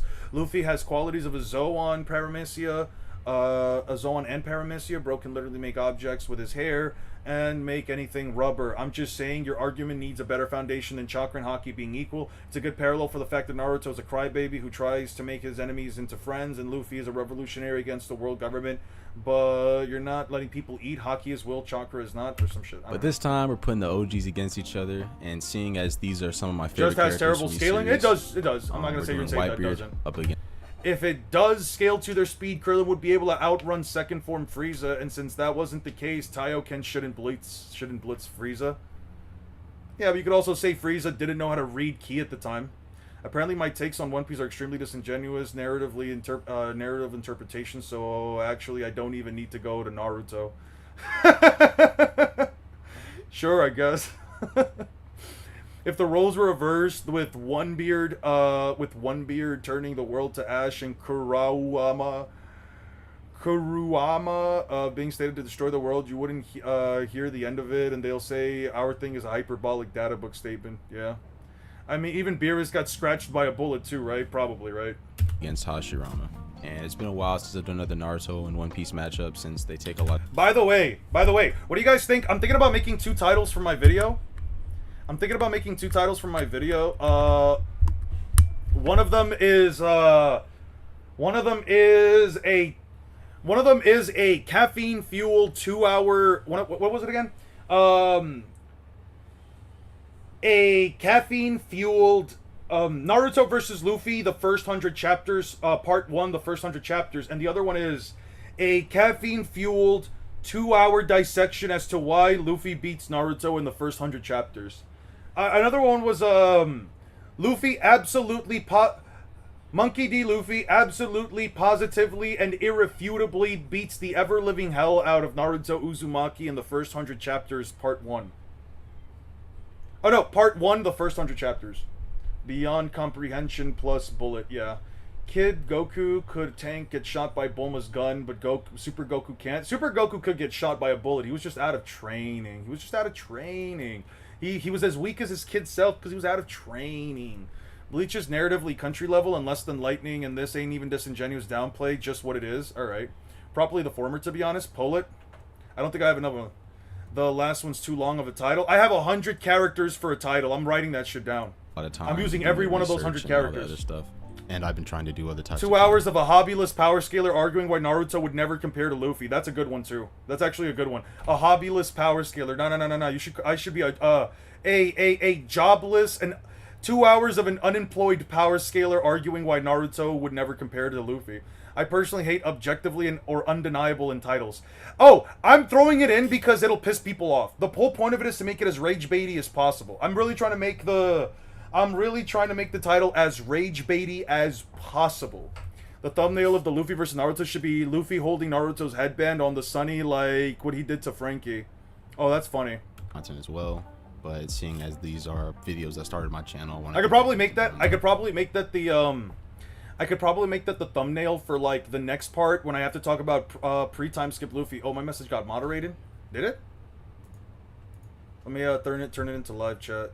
It's a little sad imagining Goku making multiple children and supposedly never kissing his wife. That's crazy. Maidenless power scaler. Ooh, no, I can't say maidenless. I do have a maiden. She's in here in chat. I unironically cannot write maidenless power scaler. My maiden is in chat. The thumbnail, wait, no, I got that one. Yes, that's the thing. The title has to be provocative for people to click on it. I'll do the A/B testing where I have like 1 or 2 or 3 of them up, and then whatever one just gets the most by the end of the week will be like the one that we'll just stick on. But anyway, let's get into it. When it comes to power scaling, I noticed some people. Was about to say, yeah, I can't say, yeah. At the end of the day, it's all opinion based. And AI doesn't count. All right. Yeah, add her and have a discussion with her about whether or not she's AI. Don't worry about it. The way I understand something probably won't be the same for you, and that's fine. It's not a personal attack to have a different perspective, and the way you interpret the last part's thumbnails should be Luffy in Gear 5 wearing Kurama's pelt like Thrag did Battle Beast. That's an hour? Yeah, that's probably an hour. The last one will probably just be Luffy playing with Naruto. It'll probably be that image of like Luffy holding down Kizaru and then just Luffy holding to Naruto in that way. Your wife is still a maiden? She's not my wife, she's my girlfriend, and depends on how you describe the word maiden. Elements leads to you having a different conclusion. I think that's perfectly fine. The only thing I'd stress or ask for is some consistency. For example, if you think Hashirama is country level based purely on feats of power, and you think the Nine Tails databook statement is unreliable or hyperbolic, keep that same energy for Whitebeard's planetary statements, as they can be interpreted in multiple different ways, and he has no greater feats than tilting an island the size. So, if I don't have the same... So I should have the same energy for a statement from a data book that is entirely contradicted by his actual feats in the story versus a statement from the series, from the actual canon source material, from a character who knows exactly what Whitebeard is capable of. Yeah, like, this is the shit I'm talking about. This is what I mean when I say, like, a casual versus an actual power scaler that takes more things into consideration. I mean, he's not having had sex yet. Lady edition. He got that SB Sage logic. That's what I'm saying. Different authors write different series. You cannot just put both series under the same line of logic because both series are written differently and have different forms of writing and styles of writing behind them. I'm too new to One Piece scaling to say One Piece is beyond light speed. If Kizaru's light, does he become faster than light then? Yeah, easily. Kizaru could easily be faster than light because light would be the bare minimum his Devil Fruit would afford, and we know for a fact, especially through characters like Luffy, that you can improve the traits that your Devil Fruit naturally grants. Luffy cannot stretch as well when he is a child compared to how he can stretch when he is in the pre-time skip, and then in comparison to how well he can stretch when he is in the post-time skip. So yes, there are clear differences in how a character scales based on when they eat their Devil Fruit initially versus the mastery that they currently have. For Kizaru to tell Luffy, who can dodge a beam of light in base form from a pacifista after the beam was launched, and then for Luffy to use second gear, which is a 10 times amp, and then for Kizaru to sit there and say, still too slow, would mean that Kizaru has to be faster than light. There is nothing within the entire context of the story that implies that Kizaru cannot move faster than the speed that his Devil Fruit naturally affords, or it naturally grants, so there's no reason to even remotely come to that argument. The thumbnail should be Luffy putting his hand on Naruto's shoulder with Kizaru with the smug face. Ooh, I like that one. Size of a city, and vice versa if you think Whitebeard scales lower and Hashirama scales higher. But anyways, onto the video. So this is, so I'm just gonna say it right now. If this guy's going by that logic, then yeah, basically you have to just consider every single statement in One Piece in order to be exactly the same lens because of some bullshit logic of a data book statement is somehow more viable than something that is literally written within the context. I get that with Kizaru, that even makes sense. It's like an Ace Flames It's like, can Ace Flames faster than light? If he trains enough, I know he's dead, but yeah, no, exactly. Ace should be FTL based on Luffy's scaling, though, since he should scale higher than Luffy, but regardless, yeah. Yeah, that's basically just my point. You can't necessarily argue that a character like Kizaru caps at light speed. You cannot argue it. There is no way to argue it, nothing supports it, so it would just be disingenuous for anyone to tell you otherwise. Yeah. So now, let's scale Hashirama. It's about damn time! I've been waiting, Hashirama! I'll deal with you later. First, I have to stop the Ten Tails. He hasn't changed a bit. We were never on the same page. Hashirama was the pinnacle of the Shinobi world for majority of the series, only being surpassed by the Sage of Six Paths tier characters later in the series. And even after that, it's still a top 10 character in the verse. He would get like actual has been shown to be a complete cool. powerhouse when it comes to his AP and durability, being above the top tiers of the Akatsuki, as well as any Kage that came after him. These same Akatsuki members who were able to take out many of the Biju, and he himself being able to dominate the... It's crazy to think about how like Hashirama and Madara are technically like distant cousins, and Naruto and Sasuke are even further cousins. That's crazy. So if Sarada and Boruto ever get together, it would technically be some weird form of incest. Like, to an extent, if Boruto and Sarada ever got together, it would technically be in some way, shape, and form, it would technically be a form of incest. Yeah, it's really weird. I don't know what I don't think I've ever. No, I've never looked up actually. But what What exactly, no offense, but I don't like it when you're like, there's no way to argue this without being disingenuous. I just feel like a straw man ad hominem, maybe they just have a different opinion. They can have a different opinion all they want, but I think it would be a little disingenuous to say that, like, I don't know, what would be the example here? What would be the instance here? Like,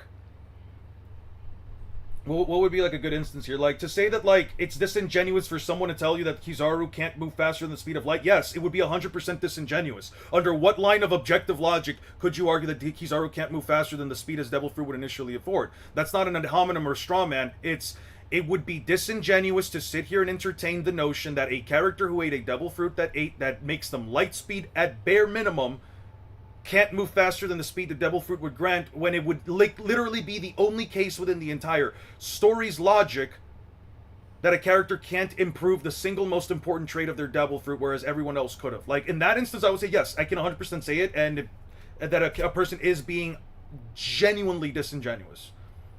They share a common ancestor like most humanity, but they are not related. I would disagree with that. I want to know how Hamura populated the moon when he was the only one to go up there. No, didn't they show like a bunch of people going up with them?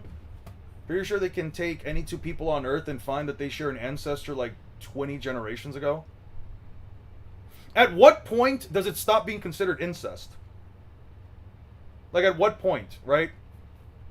And now you make me imagine it, the weird incest. Okay, I didn't make you imagine. That was your own brain going into that direction. That's not on me.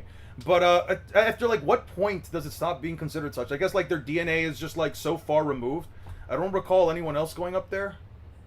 I recall Toneri talking about, like, the Hamura clan or something like that, right? Like, wasn't there, like, a bunch of people behind Hamura when they did it? Something like that, right? I could be wrong. I could be 100% wrong. Ninetales, who was ragdolling pain, the strongest of the Akatsuki. Now, the Biju themselves can vary wildly in strength, with some of them being around country level, and the Ninetales ranging from multi-continental to planet. The argument, it's not an ad hominem because it's not a personal attack to call someone disingenuous. I was having an argument on Comic Vine about how Naruto likely aim dodged the light beam when they showed Luffy doing it, and I argued the same point. The guy couldn't say it's similar. I mean, I don't necessarily. Depends on like what scene you're talking about. Naruto dodging the light beam. Are you talking about like Naruto? You're saying light beam? So I'm assuming you're bringing up the novel statement. I'm sure you're bringing up like yeah. Hamura took a bunch of people to the moon. I was right. Are you referencing like the novel statement where it says like a sick Naruto at the age of 19, suffering from like the Kurama chakra thing? He dodges like a beam of light or something, right? I don't know what the exact statement is for that page, so I can't exactly tell you what the full context of it is. I don't like scaling the novels because I don't read them, so I can't give you an objective reason. But unless it implies in some way, no, when Madara shot the Sage Art Light Fang, the Sage Art Light Fang, you can argue that it's also due to precognition. Like, no matter how you choose to go about it, Naruto has a constant precognition as long as he's using Six-Path Sage Mode. It literally offers him precognition, so you would at least get an idea of what Madara is doing the moment he launches the attack, and he would have a natural awareness of like what Madara is going to do and how he's going to, or at least how the attack is going to go. That's definitely an argument. You don't have to argue that it's aim dodging per se, because Naruto would have to have moved before Madara shoots out the beam, and that clearly wasn't the case. Aim dodging only works as an argument if the character moves before the attack is fired. Both Naruto and Luffy don't make any kind of movements before the beams are fired, so it cannot be viewed as an aim dodge, at least in my opinion. It was a photon gun in the Naruto novel? Got you. I believe guns scale up in One Piece, which makes sense since they remain present in the story. If true, a normal AH Marine with no name could slime out a Kage or equivalent character. I don't know if I could say some random no-name Marine could just beat out Kage level character. I don't think I would be comfortable with that. Pretty sure Naruto doesn't dodge the outgoing beam. He dodges the swing of Madara's head. Either way. I mean, can't you say the same thing with Observation Haki? You can say the same thing with Observation Haki. Granted, I mean, it doesn't stop the feats from being light speed. Like, I don't understand why having precognition stops the feats from being light speed. Pin down the 10 tails with the grades is a solid showing. I agree, so. It's a solid showing. Pre-time skip Luffy with Observation Haki, with no Observation Haki, dodged an already fired beam. Yeah. Planetary with his data book statements of being able to turn the world to ash and the destructive capacity with the Biju bombs. During the war arc of Naruto, we see Hashirama being able to subdue the 10 tails, which is said to have planetary levels of chakra and should be above the 9 tails of power. So would you say Luffy dodged the beam with the Bearman shot light at him? Or was that Haki precog to you? I'm willing to say both feats, both that feat and Naruto's feats, are light speed. I'm willing to agree that both feats are light speeds because both of them have a light speed statement to back up the fact that they are light beams, right? I don't care whether or not a character has precog or not, because at least for One Piece, you have to be somewhat relative to the speed of an attack. What's better, sensory ability, Sage Mode, or Observation Haki? It depends. Sage Mode allows you to sense the chakra of other characters from across the country, from across a country, technically. Observation Haki can span an extremely large area. Luffy was able to sense Loki 10,000 feet above from the bridge that they were at on the second level of the tree, and he was also able to sense Kizaru entering the island as soon as he entered the island of Egghead, which had massive buildings that were about as large as the Gorosei, which are far larger than even-tailed beasts. Yeah, and he did it all the way from atop the Labo phase of Egghead. In terms of range, you can argue that Sage Mode probably has more range given the country stuff in Naruto, just the fact that it is a country. Though granted, Enel was also capable of hearing everyone within the islands of Skypiea, and if you argue that Luffy has better observation haki, which means better range, he should likely have better range than even Naruto, but I digress. In terms of outright observation abilities, Observation Haki also lets you sense a person's emotion. They let you sense the intention of attacks. Meanwhile, Sage Mode allows you to sense the movement using nature energy around you. So you essentially use nature to sense your surroundings by increasing your senses around you, but with Haki, it's more so based on the intention of the attacks. I would argue that Observation Haki is better because it can be used for several hours on end until, while it slowly loses in abilities. Yes, his Observation Haki feats were also amped by his Devil Fruits as well. Yes, it is also stated that his mantra, his Observation Haki, is affected by his Devil Fruit, but in the case of his Devil Fruit, allowing him to hear what people say by catching on to electrical signals in the air. So, it's being amped by the Devil Fruit, but it's being amped in such a way that it allows him to hear what people say rather than just sensing people's stuff. But never mind, seems Eon is explaining that he had the exact thought I was about to write. Oh, lovely. The thing about Sage Mode, though, is that Sage Mode does have a much stricter time limit. Where are we in the video? We're like 2 minutes in. He's just talking about why he's just bringing up some bullshit about like having to consider them both the same. That's fine. I just don't see the difference. That was my argument. If Luffy dodging is superior to Naruto's dodging, who's superior? You could argue Naruto's is superior if you think that Naruto dodging an attack with precognition at close range is better than Luffy dodging an attack at long range casually. You could just say that one is short range and with more intention, while one is long range with in a more casual way, since Luffy is basically covering his eyes with his hat and is just like not looking at the beams. He's basically not looking. Unless you're looking at the manga adaptation where he is looking at the beam and he literally calls it too slow as it's firing right next to him. Being a Marine doesn't sound bad as a job than being a ninja. Well, I don't know about that. Yo guys. Would you rather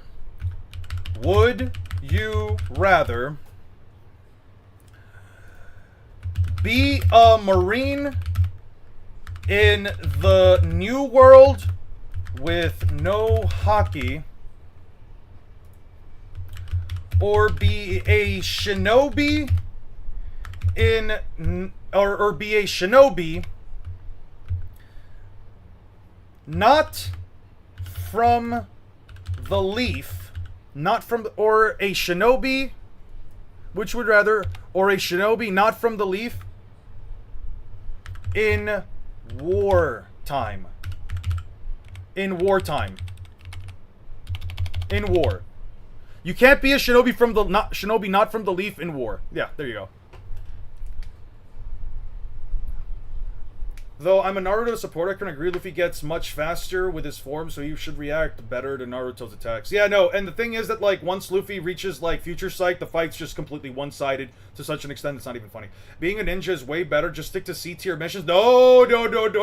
It is wartime, my guy. You are going back home. You are not going back home. You are not. You are going straight into war. You're being in the fucking trenches, boots on ground. Fuck is you talking about? This shit is some boots on ground type shit, bro. I don't know, man. The life of a Marine could really depend on where you're stationed. Like, in East Blue, it's basically as much if the good life you could have in One Piece as a soldier. Yeah, but if your commander's a dickhead like Morgan, then you're kind of fucked. New World can still be reasonable peaceful in the middle of a shinobi war. I don't know, man.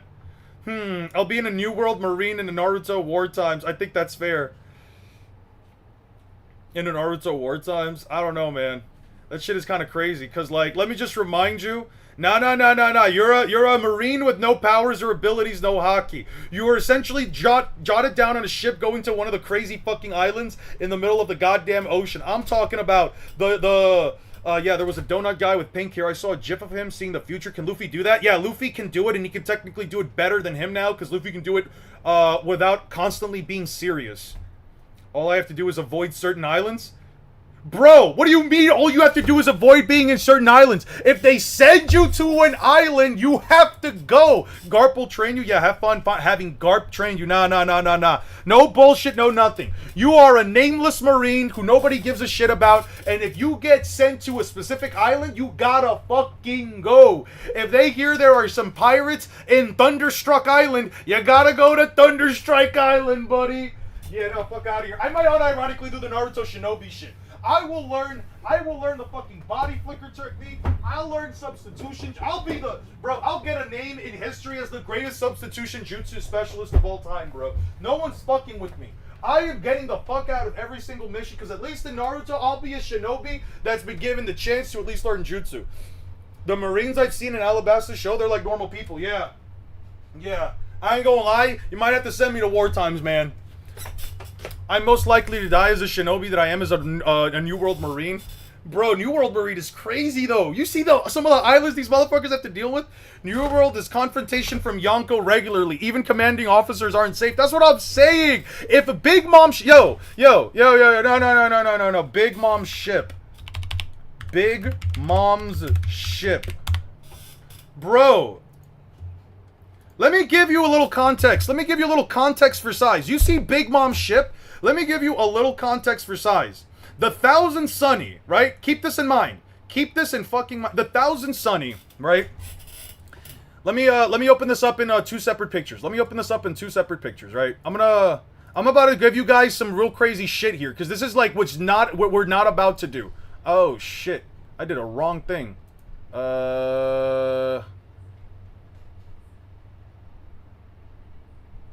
Fuck it. Windbreaker? I don't care about this. I don't care about Windbreaker. Alright, let me split it again. Give me 1 second. Split, and then we do the new tab. Okay. Sweet. Let me show you guys something crazy. So, the Thousand Sunny. Because I'm about to show you guys something fucking... which is just absolutely disgusting. So, the Thousand Sunny is 56 meters tall. That's 56 meters tall. This tiny ass ship in comparison... Oh shit. Give me the ship. Alright, there we go. This tiny ass ship is 56 meters tall. That's over 3 times larger than a tailed beast. This ship right here is over 3 times larger than a tailed beast. And Big Mom's ship is dwarfing it to a massive fucking extent. Can you imagine being in the New World and just randomly one of Big Mom's crews shows up? I'm not doing it, bro. You cannot pay me.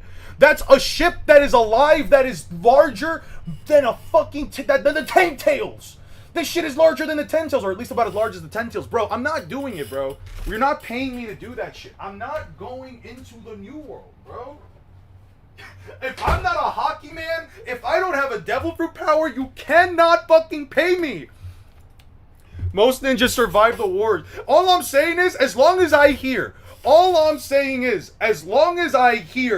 I hear Minato Namikaze, the yellow flash of the leaf is on the other foot, bro, I'm out of there. You will see a fucking dust cloud in the shape of my body on where I was sitting. Yeah, that shit is alive, bro. The cookie smile is more haunting than anything Big Mom has done, bro. All I'm saying is, well, Kobe isn't related to anyone. He basically had to prove his worth before Garp took him under his wing to train. True. But what I'm saying is, Garp would already be training Kobe and Helmeppo, and you're a nameless Marine. Why the fuck would he train you? Yeah, One Piece has those giants, so their stuff probably gets really, really big. I'm working out like crazy, trading with any W Marine to gain hockey and insane strength and maybe find a W Devil Fruit. You better be on those ships. You'll do some Looney Tunes shit to get the fuck out of there. Yeah, I'll do the most Looney Tunes shit ever, bro. I'm telling you. If motherfuckers see me, if motherfuckers see me on the battlefield, that shit is a shadow clone, bro. That shit was a shadow clone that I made 5 days ago. I gave that motherfucker most of my chakra. Fuck is you talking about? If somebody were to see the shadow clone in me, that motherfucker would have more chakra than I do, bro. My pixel calc in this shot has Big Mom's ship over 900 feet tall. That would be insane, bro. That is insane. Bro, there's gonna be a flash line drawing of where I was standing. That's what I'm saying, bro. You cannot pay me. If I hear Minato Namikaze, I am running. Any other shinobi, I am hiding. I will be known as the greatest intel gatherer because these motherfuckers are not gonna catch me, bro. I will learn every single escape jutsu possible, bro. At least as a shinobi, you have the potential to create new jutsu. I'm improving upon the substitution jutsu, bro. Naruto deaths are really gruesome. Burning to death, electrified to death, buried by earth, or suffocated. No. The jutsu are too cool not to be a ninja. That's what I'm saying. Listen, at least as a shinobi, I will gain the ability. I will gain the ability to use different powers. Maybe I'm at war, but I'm using those powers to get the fuck out of here, bro. It's literally a run on sight tag. That's what I'm saying, bro. Imagine being cut under Tsukuyomi. I'm good on being a shinobi. Nah, bro, nah. You're out of your mind if you think. You're out of your mind if you think the new world is a better shot, bro. I'm training my ass off just to survive. Bro! No. Because we got to talk about this right now. Luffy is in Water 7, right? Let's just talk about Water 7 for a second, right? I want to give you guys some context of this shit so you guys can get a proper understanding of what I'm really trying to emphasize here, right? When the fuck does Luffy fight what's-his-face, right? When the fuck does Luffy fight, Frankie, right? Right here, right? Luffy's fighting Frankie, right?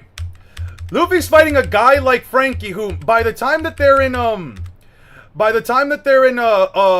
they're toppling giant, dude, they are toppling giant steel constructions. Giant metal constructions with raw brute strength. If I showed you the anime adaptation of it, it's even more fucking crazy. You have Luffy in Enies Lobby literally tearing through fucking buildings, and this motherfucker said, no,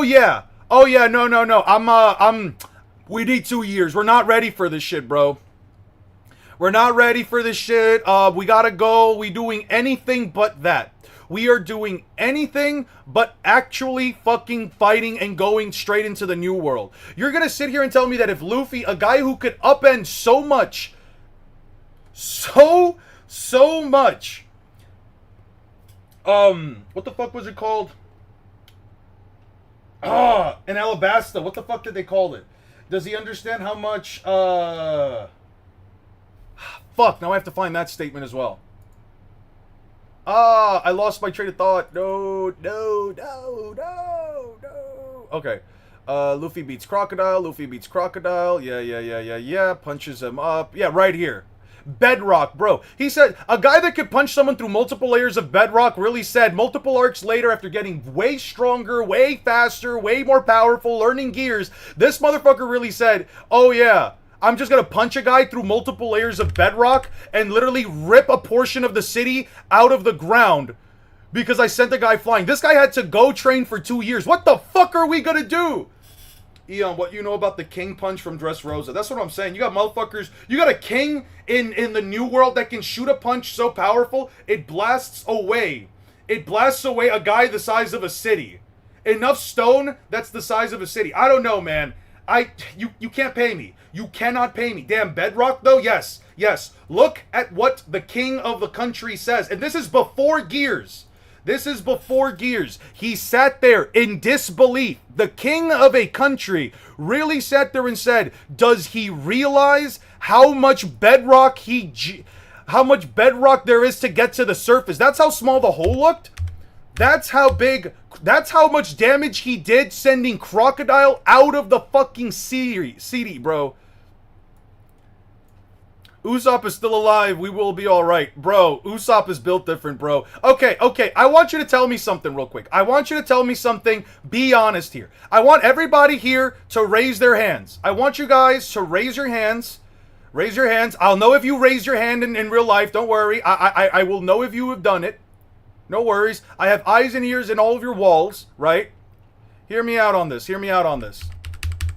I want any of you to tell me right now who here is going to tank? Who here is going to tank a fucking 4-ton bat straight to the face? Who here's tanking a 4-ton bat straight to the face?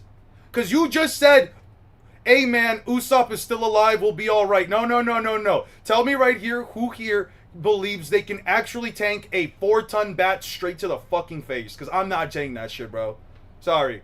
Bro forgot adult Frankie, kid Frankie swam and intercepted a moving train and completely stopped it. Yeah, no, he tried to stop that shit. That shit kept going. When I seen the Enel fight, if Eon said I had to tag with Luffy, I'm totally not being part of that setting. Didn't Enel destroy islands for fun with no drawback? Yeah, he destroyed islands for fun. He wiped out his own original island that he was born in. I think it was called Burka.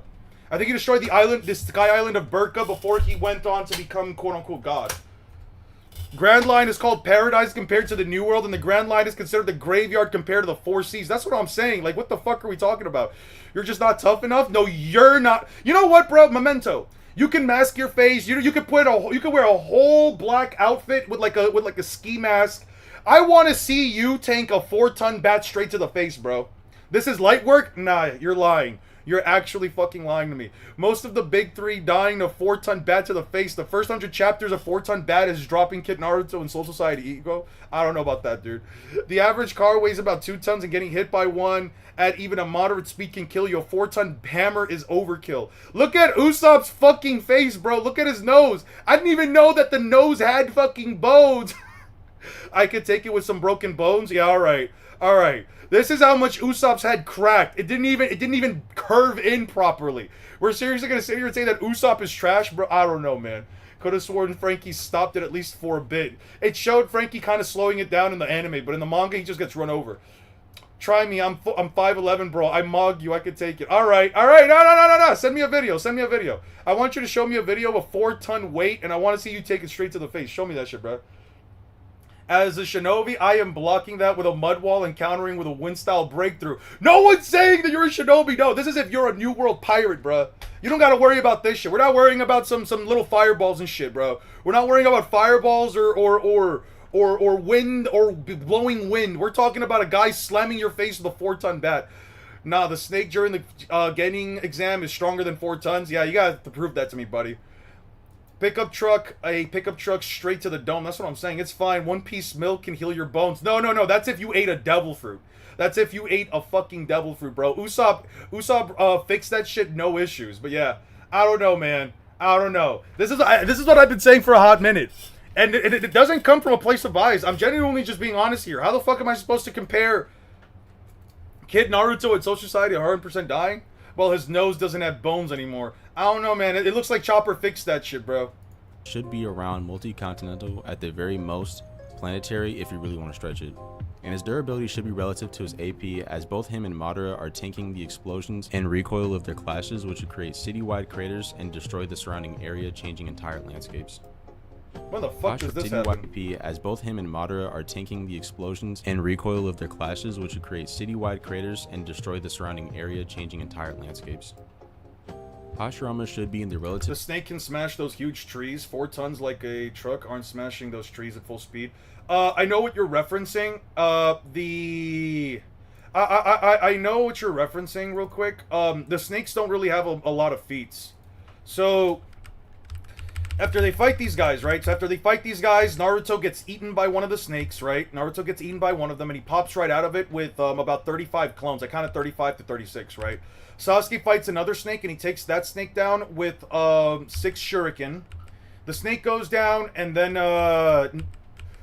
Orochimaru summons a bigger snake, and that bigger snake whacks Naruto through, count them, 1, 2, 3 hollow tree branches. So the tree branches are hollow. So saying that like a semi-truck can smash through them is not necessarily the most impressive thing, because these trees are A, they don't have any statements to imply a durability beyond it just being wood, and B, the trees themselves are not solid on the inside. They are, I'm gonna be honest with you, they're hollow. City level AP for Hashirama and Madara, yeah. Relativistic to FTL range of speed. We see a few lightspeed feats early in the series that Hashirama should scale to or be above. Characters like Haku stated to move at lightspeed, and the Ninetales app Naruto and Sasuke with the Sharingan are able to track. I'm not watching this. I'm not watching this portion, bro. He's just gonna wank the fuck out of them. Let's see what Whitebeard says. Yeah, as soon as I heard Haku lightspeed and Naruto and Kid Sasuke, Eon is running for me, bro. I'm not running. I'm telling you. I can lift like 100 pounds. See me outside. Bro, you can lift 100 pounds. I can lift 120 pounds. That literally makes me 20% stronger than you. I don't know what to tell you, bro. Like, that's crazy. Does he have Discord? Go ahead, bro. The Haku meta, the early Naruto lights, like, I'm just done with it. Damn, full color changes how I thought the trees were healthy and as well. Yeah, full color, right here. If you want to look at them again, you can. Chapter 48, page 13, if you want to double check yourself. But yeah, they're hollow tree branches. And then Naruto punches the snake down. He kind of stuns it, you could argue. And when Naruto stops it, then the snake doesn't do anything else. Like, Orochimaru summons the snake away, Sasuke fights for a bit. Yeah, it doesn't do anything. Let's all watch some serious Whitebeard scaling. Yeah, let's see it. As soon as I saw Naruto and Sasuke should scale above it, I was over it. There's no way I'm entertaining the rest of his scaling for Hashirama. I know it's gonna be some bullshit. Go up against Hagoromo? Very likely. Very likely and very easily, especially in the higher tiers.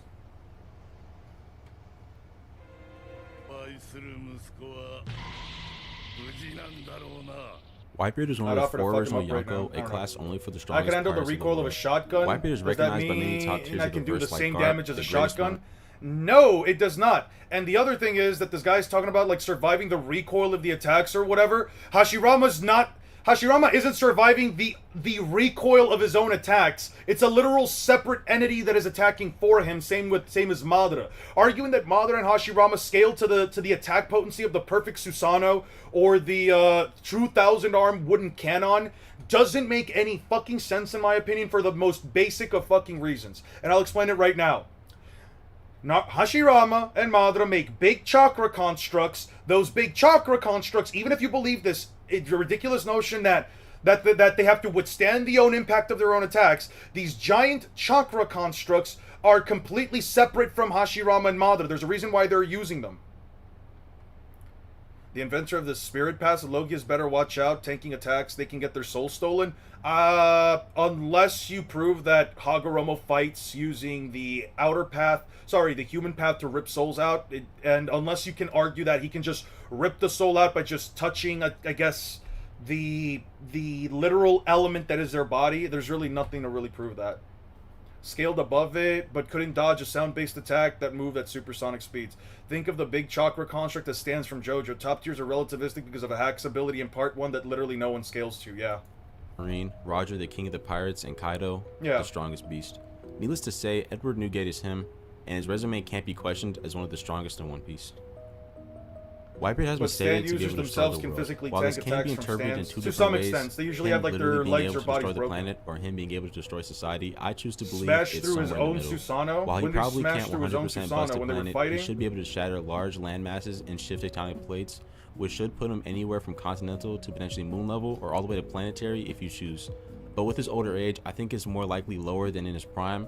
However, his durability may be questionable, especially in his older age, as he takes a lot of damage from things like guns and feetless characters. But he's still shown capable of shifting the ocean and almost completely flipping Marineford over. Wait, what did he say? Able to destroy the planet, or him being able to destroy society, I choose to believe it's somewhere in the middle.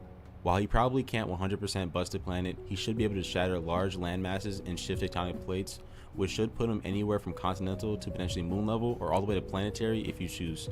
But with his older age, I think it's more likely lower than in his prime. However, his durability may be questionable, especially in his older age, as he takes a lot of damage from things like guns and feetless characters. But he's still shown capable of shifting the ocean and almost completely flipping Marineford over. I think Moon to Planetary Whitebeard is wank. I've only seen some manga panels on debates, but I don't know if he scales like that. There is a Let me show you something.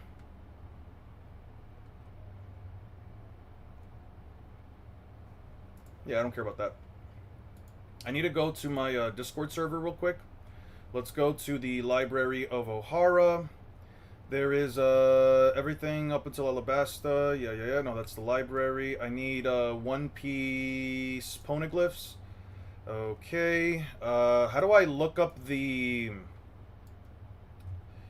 How does one look up the... This was prior to 6 and the others leaving, right? Yeah. I know for a fact I posted it around here, right?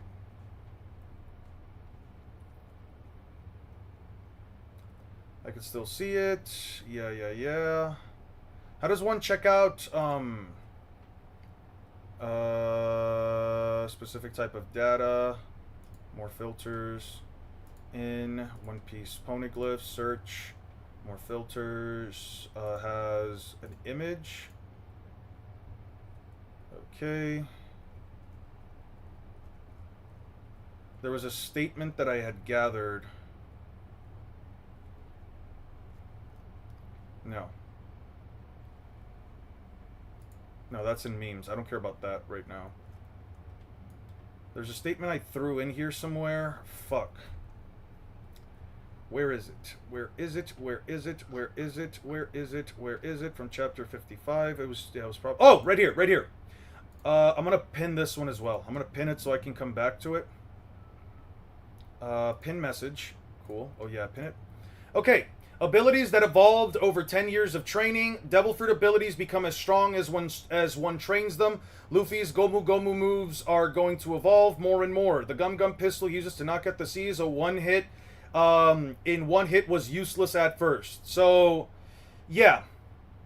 I don't think Hashirama would give Whitebeard an extreme diff fight or even any kind of a difficulty fight for the simple reason that Hashirama doesn't even scale to country level. There's no feats or statements that imply that he could destroy a country, damage a country, wipe out a country, do anything to a country. Yes, other characters are stated to be capable of doing away with countries, but it's never out of a case or a context of the characters having the literal capacity to wipe out a country in one shot, more so taking down their internal governments. So if Sengoku says, if Sengoku says, Whitebeard is a man who has the power to destroy the world, and we're not interpreting it as society because there's no reason to, then yeah, because of this data book statement, if Whitebeard has the power to destroy the world, then that means that the power must also scale to his own physical capabilities, which would mean blah, blah, blah, blah, blah. You get the point. Yeah, planetary.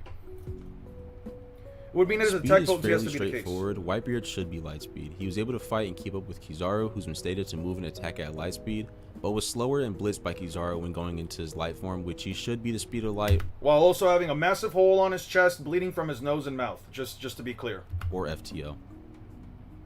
Whitebeard has one of the top devil fruits in the series, the Gura Gura no Mi, allowing him to cause earthquakes using vibrations and is said to have the power to destroy the world. What about Prime Garp versus Prime Hashirama? Who wins? Harp just has hands. I'm gonna put it like this. Garp, in his prime, allegedly, could pulverize mountains with his bare fists, and you're wanting me to compare him to a guy like Hashirama that has to make giant wooden constructs in order to do the same thing? Yeah, I don't agree with that. Garp speed blitzes and one-shots Hashirama.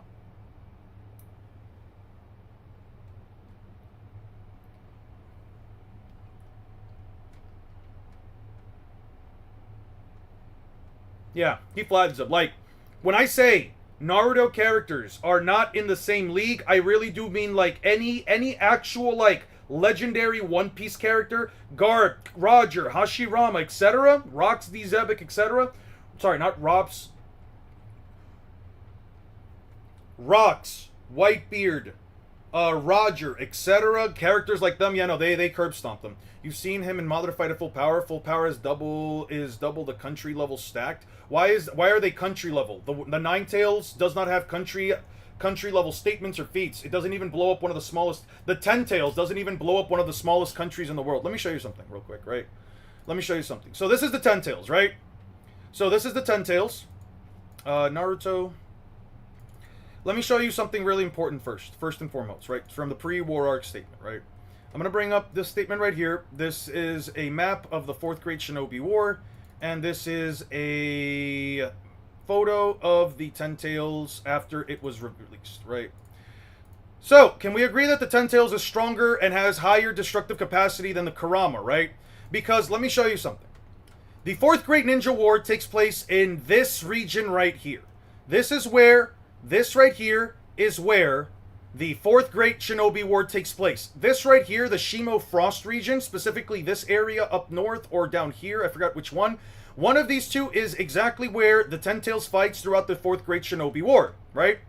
This is one of the explosions of the Ten Tails. This is the landmass. By the way, just to show you again, I want you to compare this to every other landmass in this map. This landmass, the Shimo Frost region, is larger than the Sound and smaller than every other region in the context of the verse. And this is all one continent, right? So, right here, this explosion doesn't even blow up one of the smallest countries in the entire planet. This explosion, I'll repeat myself, does not even blow up one of the smallest countries in the entire continent. So, again, okay, it doesn't have the DC, but it can have the AP. So, again, I want you to prove to me they weren't trying to blow up the entire country just like Whitebeard wasn't. I don't know, man. That's a pretty big explosion. They were trying to send out blasts all around. And later on, just to show you, do you think Observation Haki bypasses Genjutsu? Yes, because Observation Haki bypasses the 5 senses. And Genjutsu works on the 5 senses. You can sense people around you and attacks around you. No, I agree it was incomplete and didn't have the full 8 or 9 tails, which are obviously the strongest. Not to mention it was stupid as fuck. It wasn't a good showing, I agree. Yeah, so here's also an example of it. Shooting a tailed beast explosion. This is one of its tailed beast bombs that's landing right here near the water. The water itself doesn't shoot up into the sky or whatever. Well, it does, but I'm not saying like past the hemisphere or whatever. It's not doing any of that shit. It's just shooting up. And then here is an explosion near a village. Such a far-off city destroyed. Doesn't even destroy the entirety of the city. By the amount of times I heard Minato Negs Kizaru is insane, they're not ready to accept it. Yeah, doesn't even destroy a full city. Here is it landing on a city. And here is the city still being partially intact. Kishimoto's horrible at displaying fears or feats. Either way, so here's my point. Kurama cannot blow up even an entire city. Kurama cannot blow up an entire country. Madara cannot blow up an entire country. Hashirama cannot destroy an entire country. They cannot wipe out an entire country unless it's over a period of time, and they are far weaker than the Ten Tails, at least as far as non-sealing jutsu goes. What about Night Guy versus Garp? Night Guy does not have any continental feats or statements, and Garp scales above Don Chinjiao, who could split a continent of ice that is tougher than metal. He also scales above his grandson, Sai, who is weaker than Dressrosa Luffy, who is weaker than Whole Cake Island Luffy, who is weaker than Blackbeard's crew. Yeah. Wait, don't you think Kurama can wipe out a city? Wait, you don't think Kurama can wipe out a city? Not a full city. No, not a full city. I have no objective reason to, and there's nothing that forces me to do so. I have no objective reason to believe it. He doesn't ever do it within the context of the story. Why would I have to believe it? I can argue that he could, as far as like maybe the Hidden Leaf does, but I can also just argue the city's way bigger than the Hidden Leaf. So yeah. Even if we have a cube that can only be cracked by a planet-level nuke and punches can shatter it, it can punch away an entire planet. If we have a cube that can only be cracked by a planet-level nuke and my punches shatter it, then I can always... Yeah, probably. The Ten Tails is one of the few circumstances I agree with no DC, no AP argument. The entire reason Jubito is more dangerous than the base is because... it was power as a mindless beast that could not control its power. Jubito could. Yeah, and even then, how much higher does Jubito scale? Solo attacks wouldn't work on someone whose body's on another dimension, for example, because their body's in it. Well, Naruto fans are always surprised when Loki beats the Ten Tails on poles, but they literally can't comprehend the scale difference when it comes to power. I think they're just in denial. Oh, I got it. So there's Obito with the Ten Tails. He have completely deleted himself when the Ten Tails is more control of it. Jubito is deaf, stronger than, say, Renegon Madara. You don't have to argue that Jubito himself is stronger than Madara because he's also not fully aware of what he's doing. They were aiming for headquarters. They were just aiming to destroy the entire... They weren't aiming to destroy the entire country. They were aiming multiple shots, and one of... What was the point of them aiming here, then? There's no way, I believe. Do you want to check out its current state power first? Let's show them a bunch of despair. Yeah. Shikaku, if I let it go, no way, it's unbelievable. Lord Shikaku, Kamui won't be in time. Displace it upwards using Earth style, blah blah blah blah. They displaced it slightly. Yeah, no, they were actually trying to shoot the Alliance. You could 100% argue they were trying to shoot the Alliance.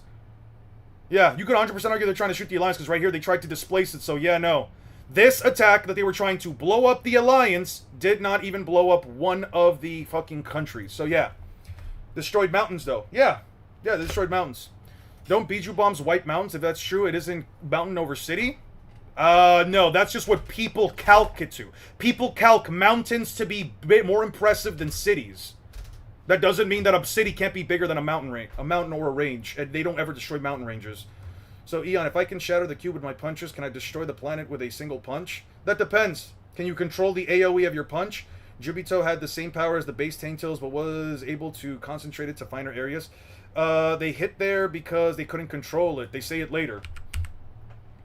Yeah, but that doesn't mean that they couldn't control the actual destructive capacity of the bomb, and it doesn't destroy the actual city. Such a far-off city, unbelievable. It's been acting weird since last time. It seems to keep aiming farther and farther away, so all the cities are within its range of fire. They evacuated the daimyo. Yeah, that doesn't change anything. The fact is, this landed next to a city, and the entire city wasn't blown up, so that doesn't really change my line of thinking. Maybe I'm a Naruto or whatever, but I think it's Dragon Ball Z logic where the power doesn't have good DC, but the AP is all there. Yeah, but what does the AP stand for? Because you can't necessarily argue an AP without a statement. What if the explosion vaporized the Q? That Q is in its radius, but it doesn't explode the planet. I mean, is the explosion stated to have the capacity to blow up the planet? Then sure. If it only blew up the cube's thing, then sure, it would still have planetary attack potency. It doesn't change the fact that you still provided for me a planetary statement for the cube prior to the cube only being destroyed. Wasn't the Alliance in front of them? It was not. Where do you scale Kaguya? Planetary. I'm not giving her anything more than that. What is this cube we're referencing? They're just trying to make a comparison to try and see if I can say that, like, it has the attack potency. Did you miss my previous comment? Sorry. Well, the Naruto fans... Wait. Last Panda, sorry. I don't agree. I low-key don't agree with Biju Bomb's vaporizing stuff. That's just what people agree to. It's fine. Yeah.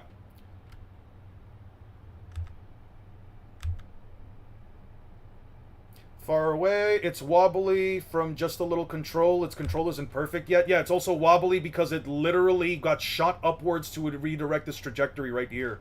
So yeah, shooting a tailed beast bomb while it's still not fully intact, yeah, I would believe it. Can Boruto characters come close to Naruto Logia veterans?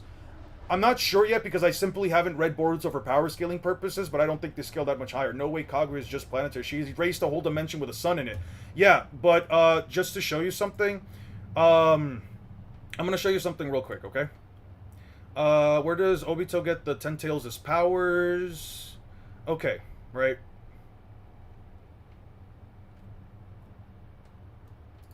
Okay.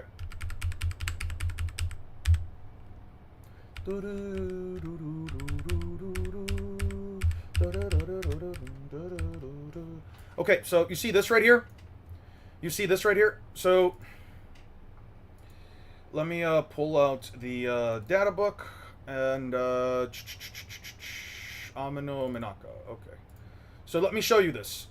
It says right here, I suspect that this guy's using jutsu based on shadow and light styles that null all ninjutsu. So the TSO null all ninjutsu, right? This is Amino Minaka, Kaguya's dimensions, creating dimensions as she pleases. So the dimensions are created from her, right? What is Amino Minaka stated to be? A ninjutsu. So I don't have to argue that he could destroy a literal star. I just have to argue that if the dimensions were created from Amino Minaka or Kaguya's jutsu and it is stated to be a ninjutsu, then it simply is nullifying the byproduct of a ninjutsu, similar to how an Edo Tensei is a byproduct of a ninjutsu. It's incredible. He's got every scan possible. It's actually impressive. Yeah, right there. This is why I'm like the guy that everyone's kind of focusing on, at least as far as my community goes. This is why I'm like the guy that that's trying to do like Naruto versus Luffy, because it's like, I'll give you an actual scale for these guys with actual stuff. She didn't wipe it out. She was allegedly going to do it, and either way, I can just argue that the star is a byproduct of a dimension, because it is a a byproduct of her ninjutsu, which Amino Minaka is. is a real mountain of sugar. If I use a giant water hose that dissolves sugar, does that mean I have mountain level AP? I guess that works. Never erase the dimension. Oh yeah, and also just to clear it up, she does not, in fact, erase the dimension. Black Zetsu simply states that it is the start of a new time space. But if you look at the... Okay, so from the moment that she activates the jutsu, if you pay attention, it never comes into play. The jutsu doesn't do anything. Yeah, the jutsu doesn't do anything. It doesn't erase anything. It just starts to crumble once she's fused. The jutsu doesn't do anything. Said he can smash all things in the universe, including the solar system and stars. Yes, with a Susanoo that does not have anything to actually back up that feat, so it means nothing to me. I'd say that Kaguya erasing the dimensions, false models on their hacks via the nature of how the TSOs works rather than actual AP. I agree. It works off of it just simply nullifying all ninjutsu. Reminds me of a post of the Z-Sword weighing as much as 2 planets, to which I responded with, yet can't lift a 1k ton, yeah. Is it more impressive than a wobbly Biju is that big in scale? That a wobbly Biju is that big in scale? Not necessarily, because it's not blowing up anything. It's not even blowing up one of the smallest countries. Unironically, this Ten-Tails tailed beast bombs, unironically, I can 100% argue that the Ten-Tails' tailed beast bombs are weaker than Enel's Raigo. Yeah, this thing right here, yeah, this thing was gonna wipe out an entire country. Yeah, this thing is literally stated. Disappearing alongside the country, kingdom come, Luffy eek there, yeah. Yeah, Ten-Tail, it isn't sinking, upper yard isn't budging an inch, what tremendous power. Yes, Vert is miraculous, we never had the right to claim ownership of it. The Vert will not lose, ha ha ha, try to reach me, if Giant Jack sinks, we'll never make it, high up, yeah, beard. Fall to earth, my kingdom comes completion, Rubber Man. Blah, blah, blah, blah, blah, blah, blah. Where is it? Magma, Mama Ragon. Sword, keep going up. Yeah. Is for me to destroy the country and its Emperor Cloud with the Kingdom Come and then set off to Fairy Verth. Yep. Yeah, he's gonna wipe out the entire country with it. So Enel can wipe out a country, whereas the Ten-Tails cannot do it. And before anyone says, no, he can't wipe out the entire nation with it, here is an example of Enel using a previous, smaller version of Raigo to wipe out an entire island. The island where we were born, it's gone without a trace. The entire sea cloud it was on was decimated. So yeah. Realm, more like a dimension made from chakras, like a dimension from a domain from JJK. That's because Madara thought he was the strongest. He was ignorant. Madara, quite frankly, has zero reason to lie about his power. It's his own power. Why would he not know this? Because his power being powerful enough to crush all things, to smash all things in the universe, would mean that he could smash the planet, and that clearly isn't the case because he does not have a single feat to back it up. Couldn't it also be that he's using particle style on the ETSO? Absolutely not. They null all ninjutsu. You could absolutely view it that way. I don't have to, though. Nothing forces me to view it, though, so you can choose to interpret it in such a way, but that doesn't force me. Oh, I'm sorry. I didn't see your last comment, Aster. A mountain is generally more impressive than destroying a city, even if the city is bigger, because the mountain has significantly more mass and solid structure. Buildings are mostly hollow. That's all fine and well, but like I said before, that's all going by calcs. I don't go by calcs. Calcs mean nothing to me. That's well and good if the calcs actually mattered, but the calcs don't matter anything to me. I see you though. So in a way, Buster Call is a country level attack. Edo Madara was made stronger via Kabuto according to himself. Edo Madara, his fight against Hashirama. If you've seen the last movie, Naruto's full Nine-Tails can dump a huge hole in the moon. That's what I meant. The AP is all there. The DC is probably an afterthought in Kishimoto's mind. Not necessarily, because again, you can argue that he can make a big hole in the moon, but cool. The moon was also hollow. His little brother was holding the controller. Like, blah, blah, blah. I don't know, man. TSL's breakdown jutsu is not a destructive feat. It's a hacks countering another. Madara's so slow that he thought Black Zetsu was actually respected him. Even if the We Grand Solar System were unique Kaguya, that has no bearing on the rest of the cast. Also, because he's boasting, he even says the maps will only have to be altered a bit, so clearly they don't have the maps of space, so the statement is hyperbolic. Yeah, also, regarding, like, the Naruto Moon stuff, it's like, sure, but that's also Sage Mode, KCM, Naruto, post Sage of Six Paths, giving him his powers, which would make Naruto far stronger. So, yeah. He could scale above the Ten Tails for all I care. That doesn't really change my mind that, like, the Ten Tails can't blow up a planet, let alone blow up even a country. He blew a hole through the crust of the moon that was already standing on, like, digging a hole through an inside of a cave. Madara could have been playing with his food, and that was pretty much his downfall. He should have done that, but the character's flaw brings his downfall. I mean, sure, he could have been playing with his food. That doesn't change the fact that he does not have an objective feat to back up him destroying everything in the universe. So, yeah. How much does an L multi-continental meta affect later One Piece scaling? Like, it could upscale everything after, but it could be argued that it doesn't since Luffy hard countered an L. Yeah, I agree. Luffy hard counters an L. And, an L... This is an L's power, by the way. He just needed black clouds, which just don't form themselves in the White Seas because they just don't ever actually form black clouds. He needed the Raigo to simply form the black clouds, and then from there he simply used the lightning. If you could look up the clip from the moon, isn't hollow in that scene. Let me see it. Okay, I got you right now. I got you. No worries. I can't fully look at it, though. I will be honest. I'll have to, like, skip through it and only see, like, the moment of the explosion and probably, like, speed it up or slow it down, only because I'm going to get copyright struck. What the fuck is happening here? Oh, yeah, they got a new Spider-Man trailer. Okay, Naruto... tanks his own explosion. The last. Anybody got, like, something? Chain explosion? No. Okay, Naruto the last. Naruto the last. The last. Naruto tanks his own explosion. Nope, we're not doing that. I need it. I need this shit. Okay, I need this to be quiet. Okay.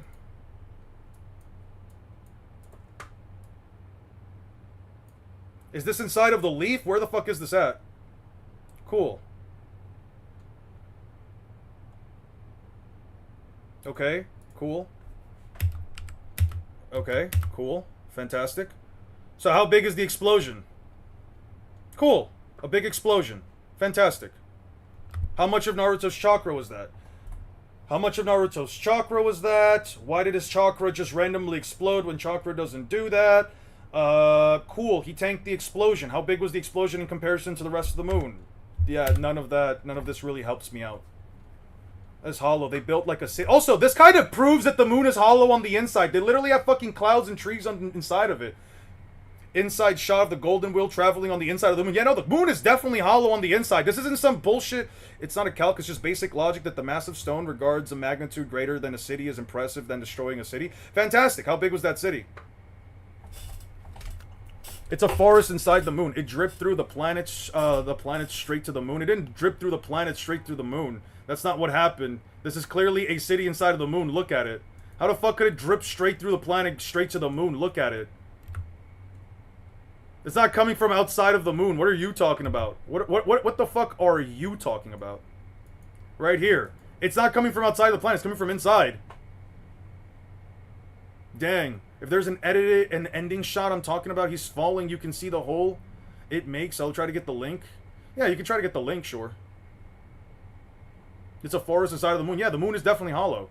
There's a possible island level feat for Enel. It's mentioned in 279. He destroyed his home island. Yeah, I'm aware of that one. I know of that one. It was literally stated that he did wipe out his own island.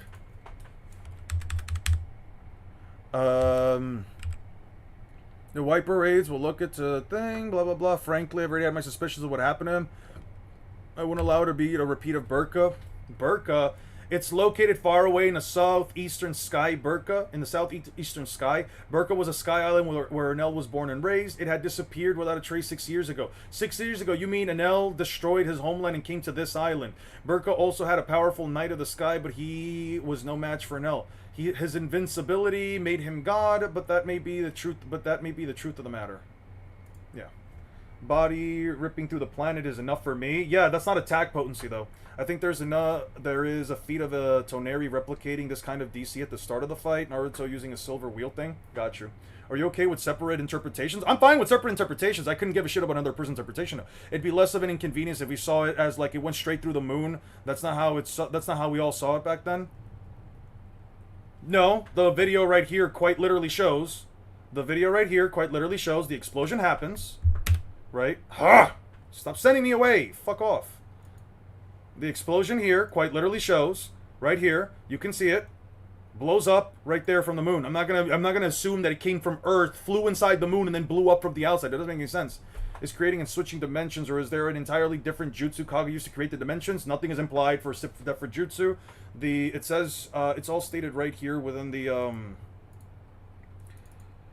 it's all stated right here within the context of Ame no Minaka, right here. So it says right here, creating dimensions as she pleases, the divine power of the founder that awakened her eye.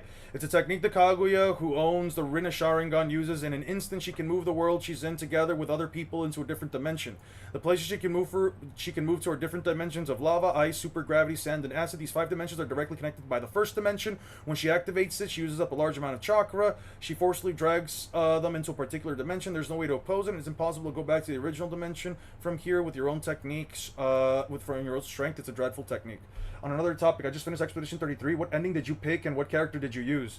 The first ending I picked was I picked the Mael. I picked the Mael one first since my girlfriend liked Verso more. So I picked the Mael one first. We saw it and then we picked the Verso one, and she just started crying like crazy. It's the most solid planetary interaction of the big 3 with no calcs or subjective interpretations involved. No, 100% subjective interpretation. Covering the planet in range does not mean that it is an attack that has the destructive capacity to destroy a planet. I don't give a fuck about range. I give a fuck about the attack potency. The jutsu is not, objectively speaking, the jutsu is not capable of destroying the planet. All it did was destroy a single building, and it's never used offensively, so I don't care if the jutsu spreads across a planet. You can have a jutsu with large range, but not attack potency. Doesn't matter to me. Naruto fans think that hacks are JoJo levels or something. I think they just make it up in their minds. Moving universes would require like uni energy or something like that. Absolutely not. Not necessarily. I mean, Kaguya doesn't have a universe's worth of chakra. She not just covered, ripped through. What do you mean ripped through? What, when it comes out of the ground? Fantastic. So I could just argue it comes out of the mantle, not even dips deep into the mantle. You would have to argue that it goes deep through the ground, throughout the entire planet, down to its core, through the mantle, through everything, not just the crust of the planet. A tree root that goes through the crust of the planet doesn't mean anything to me. There's never proven to be universes. It would be though. It would though. What does it prove that? Are you telling me that? So you're telling me that in order to blow up a mountain, you need a mountain's worth of chakra? Because we've seen throughout the entire context of the story that you don't need to use the entirety of your chakra to use something, and you would have to argue that the entirety of Kaguya, even if it pierced the entirety of the planet's ground, wouldn't that just be multi-continental at best? Correct. Well, depending on calcs, I would assume that that's correct. But either way, you would have to argue that it goes through the mantle, that it goes through the inner core and the outer core, which it never does. In the same way that you can try to argue that it ripped through the entirety of the ground, I can argue that it just ripped through a small portion of the crust, and we're both technically correct. The difference is, again, doesn't prove attack potency, which again means that I don't have to care about the jutsu as far as an actual offensive move goes. Dimensions aren't inherently any given size. Yeah, that would also be under the guise that, like, the Kamui dimension, which is a parallel dimension, also means that Obito also has a universe's worth of chakra or whatever, a dimension's worth of chakra. That's not how it works. That is not a uni, that is hacks. Rick had a universe that fits in a shoebox. Yeah, but that's a different series. Although, I see the point. She's not moving universes at all. She's moving to them. No, she's moving the space towards them. It says it in the data book statement. I will be honest about that. She drags them... Oh, wait, no. She forcibly drags them into a particular dimension. Holy shit. The places she can move to... She can move the world she's in together with other people to a different dimension. She can move the world itself, but then it says she forcibly drags them into a particular dimension. That's weird. It's like both of these are kind of contradicting each other. So what character did you use in, what characters did I use? My main team was, my main powerhouse team was, a solo build of, Mael, Lune, and Verso. Solo builds for Mael, Lune, and Verso because I like solo builds. But if I had to keep them together, it would be Lune, if I had to keep them together, it would be Lune, Verso, and, Lune, Verso, and either CL, which I didn't care to use, and, fuck, what was his name? fuck, what was his name? Oh, Minoko. It was Lunean Versa with either CL or Minoko, and then I would give the other one a death trigger so that when they die, my L would get all of her stats, and then I could just one-shot with the final attack. This is literally just talking about her portals, by the way. The creating dimensions is figurative for the perspective of Team 7 and Obito. To them, the dimensions were being created out of nowhere. That requires a Uniforce to move a whole universe with time like that? Not necessarily. You could also just say attacks, which it is. Do you have a direct statement that says that her chakra quantity scales to that of a small universe or whatever? Because I don't have to agree with it at all. Is giving a Forest of Death Sasuke massively hypersonic speeds at a high ball okay? I don't know how you would necessarily would get that, Shiny Man. I don't know. I don't know how you exactly would get him to massively hypersonic. I related paper bombs to a real-life grenade with an explosion speed, and the Land of Wave Sasuke is equivalent to Forest of Death Sasuke. In my opinion, nothing showing growth. Let me show you the anime adaptation. Sasuke fights a shinobi in the Forest of Death. Let me show you something real quick. I mentioned this many times before. So you can see right here. In the anime adaptation, just to show you, Shiny. Okay. Explosion. Sasuke doesn't blitz the explosion. The manga adaptation, and before you guys bring up the manga adaptation doesn't inherently support the idea, doesn't 100% support the idea that Sasuke just dodged the explosion. It just doesn't do it. Because you can see right here. Sasuke sees the explosion happens, Sasuke lands and says, ow. The anime adaptation gives us an idea of what happens in between the explosion and Sasuke landing, which is right here, where you can see Sasuke still got hit by the blast. You can choose to ignore the anime adaptation. I am going to be fully honest here. You can choose to fully... didn't Eon just say that they moved? They were moved? Yeah, they were moved. I can move the building I'm in, walk into another building. I think that's more of a location, not actual physics. So if you can 100% choose to ignore the... You can 100% choose to ignore the anime adaptation and say that the manga adaptation offers a potential interpretation for Sasuke tanking, for Sasuke avoiding the end of the explosion and still being hit with some debris or whatever, but the anime adaptation gives us what happens between this panel, and it's never that Sasuke blatantly dodges or blitzes the explosion. It would be planetary, eyeballing Eon style. Nothing would make it planetary per se in terms of attack potency. In terms of range, I agree. In terms of attack potency, absolutely not. Nothing even remotely substantiates that. And I provided my interpretation of the heading because Naruto data books headings exaggerate, but like hell all the time. I can't post the links. It's when you Google Naruto blows a hole in the moon, it pops up first Google image. Naruto blows hole in the moon. Okay. You said the first image. Ah, yes, right here. Yes. This does... Again, I'm being very honest here. I have no idea where this scales to because A, even under the assumption that I don't pixel scale, B, the big axe explosion, I would believe that Naruto can pull this off, and C, this doesn't mean that Naruto is a moon-level character to me.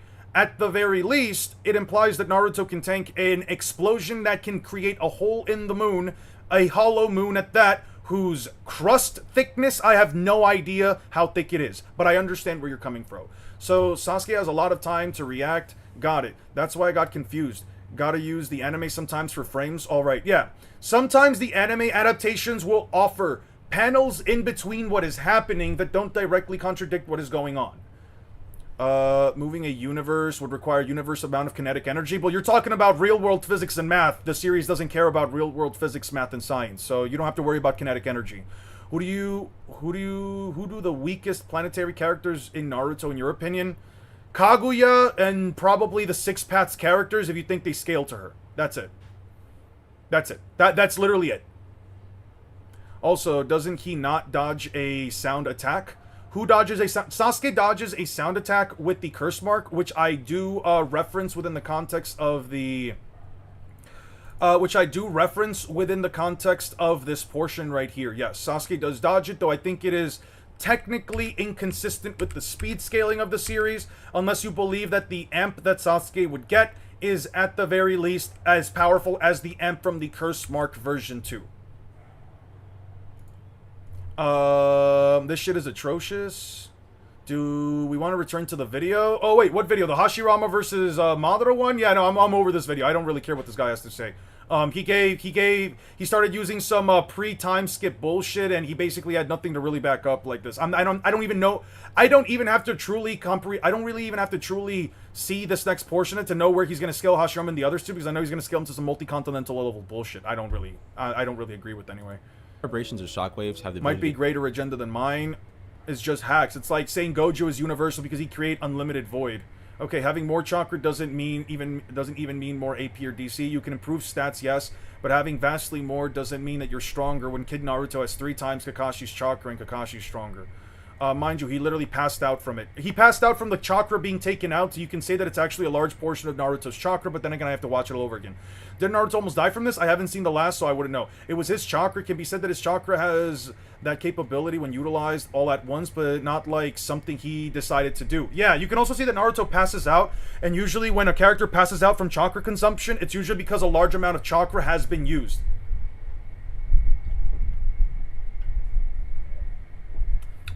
The moon cannon? I assume you're completely throwing out the moon cannon. The moon cannon, there is a statement in the Wikia, and yeah, you're probably not going to find this anywhere else, but it's essentially kind of the only thing you can use. Chakra transportation cannon. The chakra cannon. Yeah, so right here, the chakra transportation cannon. This is the most powerful cannon. I know it's the wiki, but it technically uses portions of the movie to try and figure stuff out in the actual series. They don't just make shit up. At best, it's interpretations, but yeah. This was the most powerful cannon, and it's consistent of the top muzzle that had the ability to transport any target into another dimension, essentially causing the destruction of the entire moon. This cannon glowed a large yellow orb of chakra when activated, however was never fired, despite A's orders due to Killer B refusing to kill Naruto, who was on the moon at the time, as well as Naruto and the others finishing the mission and saving Earth in the time before the cannon could be used. Yeah. It was just going to teleport the cannon to... It was going to teleport the moon into another dimension. You could argue that it was going to be destroyed via the other dimension, via whatever the dimension was, or via the transportation to the other dimension. It doesn't fucking matter. It's too open to interpretation. All I'm saying is... Not... Like, the chakra transportation cannon doesn't really change the scaling for anything. Because it's like a teleportation jutsu, right? Does Minato have a metric fuck ton of chakra for teleporting a bunch of people with a time-space portal? Not necessarily. Mind you, it was 100 shinobi. Oh man, we don't even know if it would have worked. It's a cool hacks feat for the cannon, though. Yeah, I agree. Oh, so Curse Mark, I think I heard, has a 10 times amp. Yeah, but the 10 times amp for the Curse Mark is specifically for the Curse Mark version 2, which I think was an inconsistency made by Kishimoto. Precog explains him dodging the sound attack. Precog? What precog? What precog explains him dodging the sound attack? Okay. What do you mean by dimension? Like, define what dimension means in the context. Like, what does it indicate? I'm saying that a large amount of chakra only went through the moon's crust, and that was enough to make him pass out. Yeah, it could be any given size. That's not an argument. It's an appeal to possibility. Dimension as an alternate realm. You can look up its clip. It's there in the clip too. Which clip? Which clip? Sorry, Jeff. Which clip? Naruto Uni is in fact, if I remember stated in the novel. This is proving a claim that Kaguya affects... This isn't proving that the Kaguya affects the entire universe's bio. Sorry, I meant the Sharingan predicting moves thing. That is more so shown through, Let me bring up the panel. It never really shows that, like, Sasuke is actually outright, like, blitzing them with the Sharingan that you could add... Because, like, I don't know if you can necessarily argue that, like, Sasuke is seeing chakra in the form of, like... I don't know if you can necessarily argue that Sasuke is seeing chakra in the form of sound. You know what I mean? Although, you know what? Let me say this. Actually, that's not remotely true, because you could argue that Dozu's sound can manipulate the sound, as you can see it right here, so you could argue that, yeah, Sasuke could also see the sound-based attack. No, después de los streams es cuando ya siento un poco ronco, pero no se preocupe. So it was you, Ino. If you stay in that form, you'll be dragged into this. Get out of the body. Oh man, Kai release. Good, welcome back. That's, oh man, his chakra is immense. Too large for his body to contain even after we snap out of it, Dozu, just because he refuses to die. Zaku, no! Zaku, no! Don't you get it? Supersonic air slice, boom, boom, boom, boom, boom, boom, boom. And then if you want to argue that, like, Sasuke's around the ranges of, like, Mach 2 or maybe faster, which, mind you, this attack only really covers this entire front end area in front of him, so you could just argue Sasuke just went around it. But yeah. Got a question. If I could beam a ray across Earth and expose the mantle, thus wiping out the whole surface, am I planet level or maybe moon level? I have no clue because I don't go by calcs. You would be however powerful a character's statement or a character or narrator statement is for the feat. That's how powerful it would be. Or at least you would be as powerful as wiping out a country if you wiped out the entirety of a country, etc., etc. You know what I mean? As far as, like, how powerful attacks are, I don't go by calcs. The reason why many people will give you an estimation for how powerful an attack or an ability is because of calculations. I don't care for calculations because calculations are meaningless. You essentially have to believe that your pixel measurements are 100% correct, or that the planet's mantle is 100% equal to the Earth's mantle in comparison, and even then, authors can't draw things to perfect scale, so it's not like I can necessarily give you an opinion based on where something scales to or where something would be at.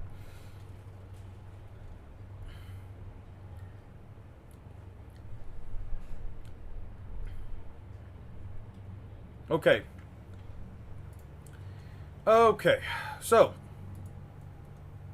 that's enough of that. Let's finish up this video. Travel through any medium, as seen with Whitebeard cracking the air and causing tectonic plates to shift. Can also be localized around his fist to deal blows in hand-to-hand. Whitebeard is a confirmed user of Conqueror's Haki, Armament Haki, and Observation Haki, allowing him to access another tier of power that will overwhelm opponents. He's only shown a little bit of signs of his Conqueror's Haki, but due to his old age and sickness, is weaker than his prime. He used Armament Haki to interact and deal damage to Logia users, and his Observation Haki was used to sense things in great distance and his immediate surroundings. While Whitebeard in his prime was capable of fighting for days, in Marineford his stamina took a significant decline and was only able to fight for maybe a few hours at most. However, his endurance is still very impressive, being able to take multiple lethal blows that would kill any other character and continue fighting at a high level. Now it's time to get onto the actual matchup and how the God of Shinobi matches up to the world's strongest man. Now both characters are very close. It's gonna make you crash out, Lord IMAX. It's fine, IMAX. It's fine. Just write canon with one N for everything and just hope that people understand what you're saying. Give the slight edge in AP to Hashirama. This guy's in good faith. I agree. He's not being even with his interpretations. He's not even being even with his interpretations, yeah. Why are they always putting a prime Hashirama versus Cancerbeard? It's not an addition. Is that not an addition in of itself? An admission in of itself? Yeah, you could argue so. I think that Whitebeard is better. To be fair, you can't really argue much for Prime Whitebeard. You can't argue much for Prime Whitebeard because we don't ever know what Prime Whitebeard truly is at. Was that the one from God Valley? Was it the one that Roger fought later on? Like when, like what is Whitebeard's? When is Whitebeard truly like a planetary threat? You know what I mean? It's weird. Superior to things like Deep Forest Emergence, and Hashirama having better durability feats, being able to tank the explosions and pivot. Hashirama having better durability feats. Sure. Moderate splashes, while Whitebeard is taking damage from much weaker opponents. And while I do think Whitebeard is capable of taking more damage that Hashirama would probably die from, his regeneration and stamina gives him the edge in that department as well.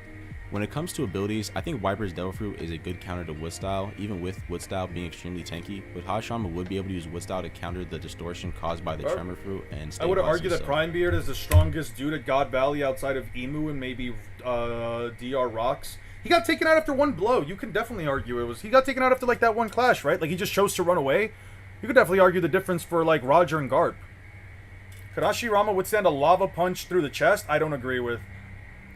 Is scalable... Prime Whitebeard is as scalable as Prime Hiruzen?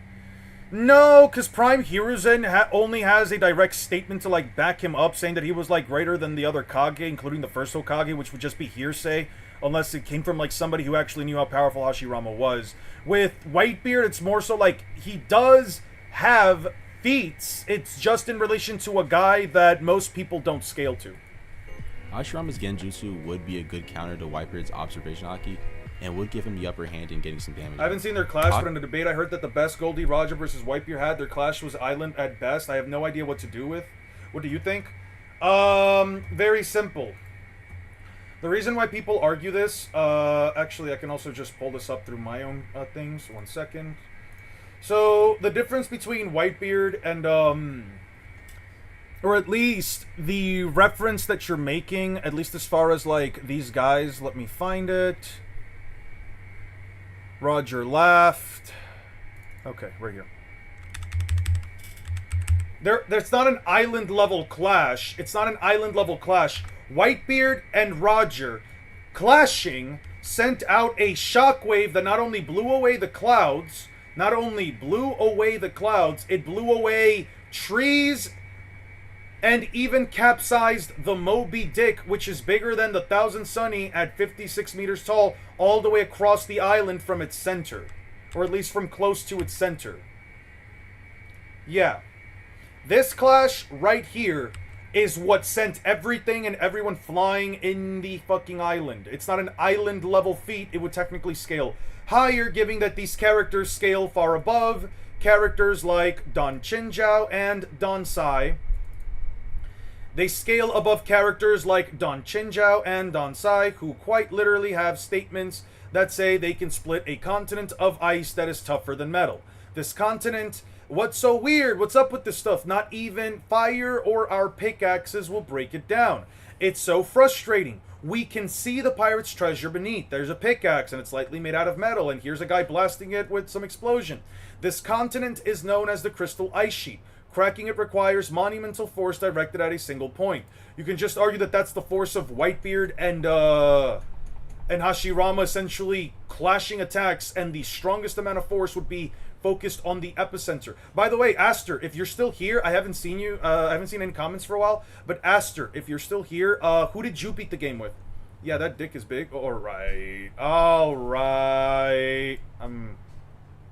Alright. I'm removing this comment. Don't say stuff like that again, please. That's a little too much.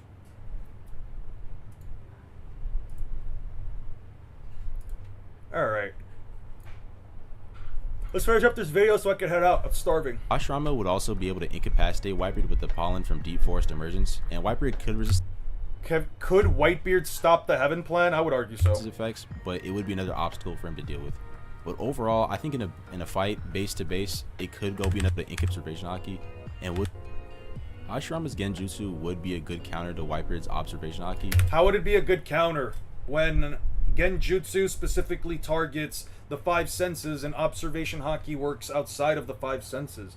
Bro actively did not do any kind of research for One Piece. Bro did the most rudimentary basic Whitebeard scaling possible, saw things from the most basic perspective possible, and said, oh yeah, sure. This is what I call surface level scaling. I'm not even gonna call it casual scaling, I'm just gonna call it surface level scaling, dude. Oh, I've heard of this feat. The guy was debating with, on Naruto side, said it was just the same thing as just the name of the island. I said if we could find it on a One Piece map, we could calculate it. Yeah, there's no way of finding it on the One Piece map because I have fun finding a random ice continent, but no, it's a continent. It's stated to be a continent, and if you actually look up the objective Japanese kanji, it'll literally say continente, Tairiku. It'll say Tairiku, which quite literally translates to continent. I can read Japanese. If you need me to show you, I'll show you the scan as well. So next time somebody tells you that no, bad guys you, next time somebody says no,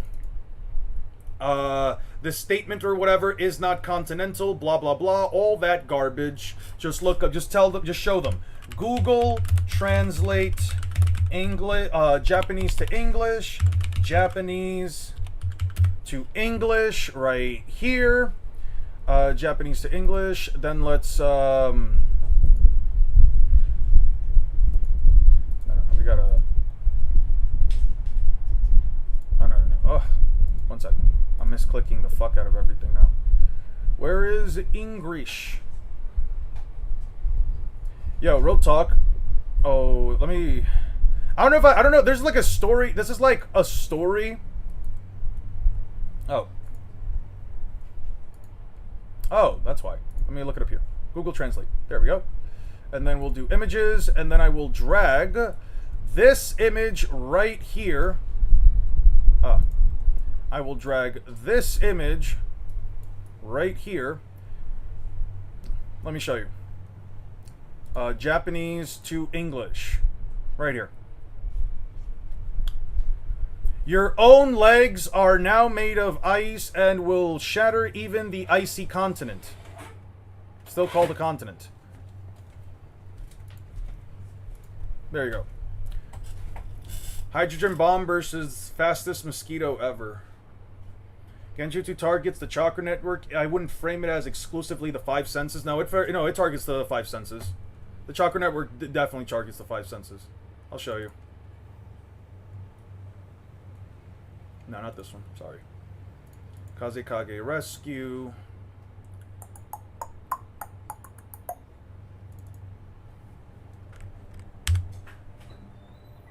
It's a highly intellectual jutsu. Right here. Genjutsu works on your opponent's 5 senses. Right here. Genjutsu works on the 5 senses. In observation hockey, I'd argue it's just called preferential scaling. I like series more, therefore it's stronger. No, I call it surface level scaling. And the reason why I call it surface level scaling is because they usually go for the same surface level arguments that don't really have anything that backs it up when you look at throughout the entirety of the narrative. It's extremely easy.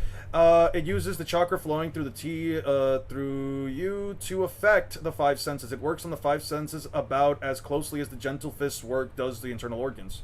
You control chakra flowing through the cranial nerves. Genjutsu. Genjutsu. You'd have to show me like some kind of line or something that like further backs that up, Aura, because if not, I just don't really have a reason to agree with that. Unless you have like something to like more closely back that up.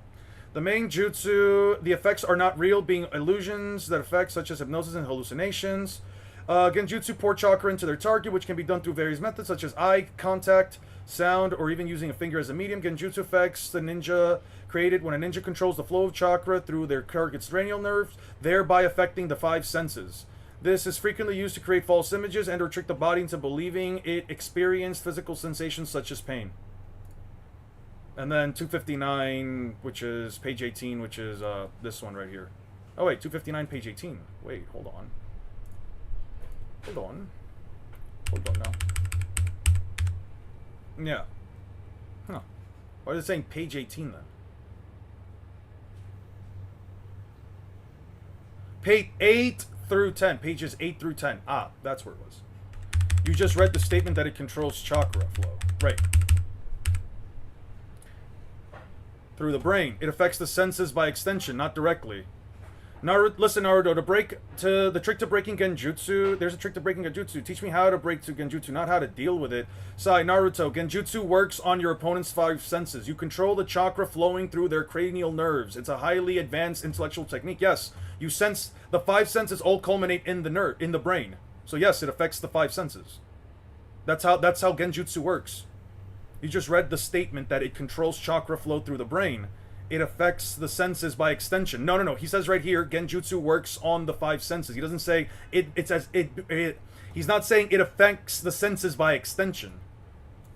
Just as Gentle Fist affects the organs by extension. Not necessarily. The Gentle Fist can affect the organs by extension. Genjutsu can affect them by affecting the 5 senses. It works on the 5 senses. Genjutsu literally affects them. So yeah, it works. So yeah, it doesn't matter to advance to observation hockey. Observation hockey views things through beyond the 5 senses because you physically cannot hear, see, taste, or touch an opponent, yet you're still able to sense what they're doing, and you can see that in Punk Hazard with what's his face. I think Naruto and Luffy are similar in strength. It's speed. Luffy dodged a light before Gear 4, and there's 2 more transformations, so he's probably faster mid-combat. You can definitely you can argue because of Naruto the Last, it's more consistent to argue that Naruto has higher attack potency, but the speed difference is too massive that he'll never make up. And the other thing is that Naruto doesn't have a chakra network in his heart, so if Luffy punches him with an internal destruction punch, the fight's over. If he uses internal destruction on his heart or brain, the fight's over. There's no way he's going to do it. Manipulating the chakra and the cranial nest messes with their 5 senses. Yes. It messes with the 5 senses. That's how genjutsu works.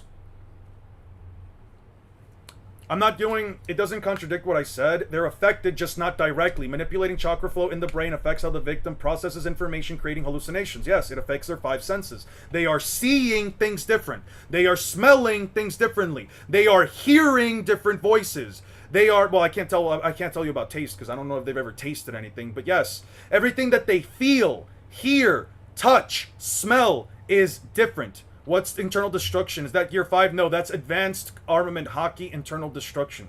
There is an application of an armament hockey that can be used to destroy a target from the inside out. Let me see if I can find it.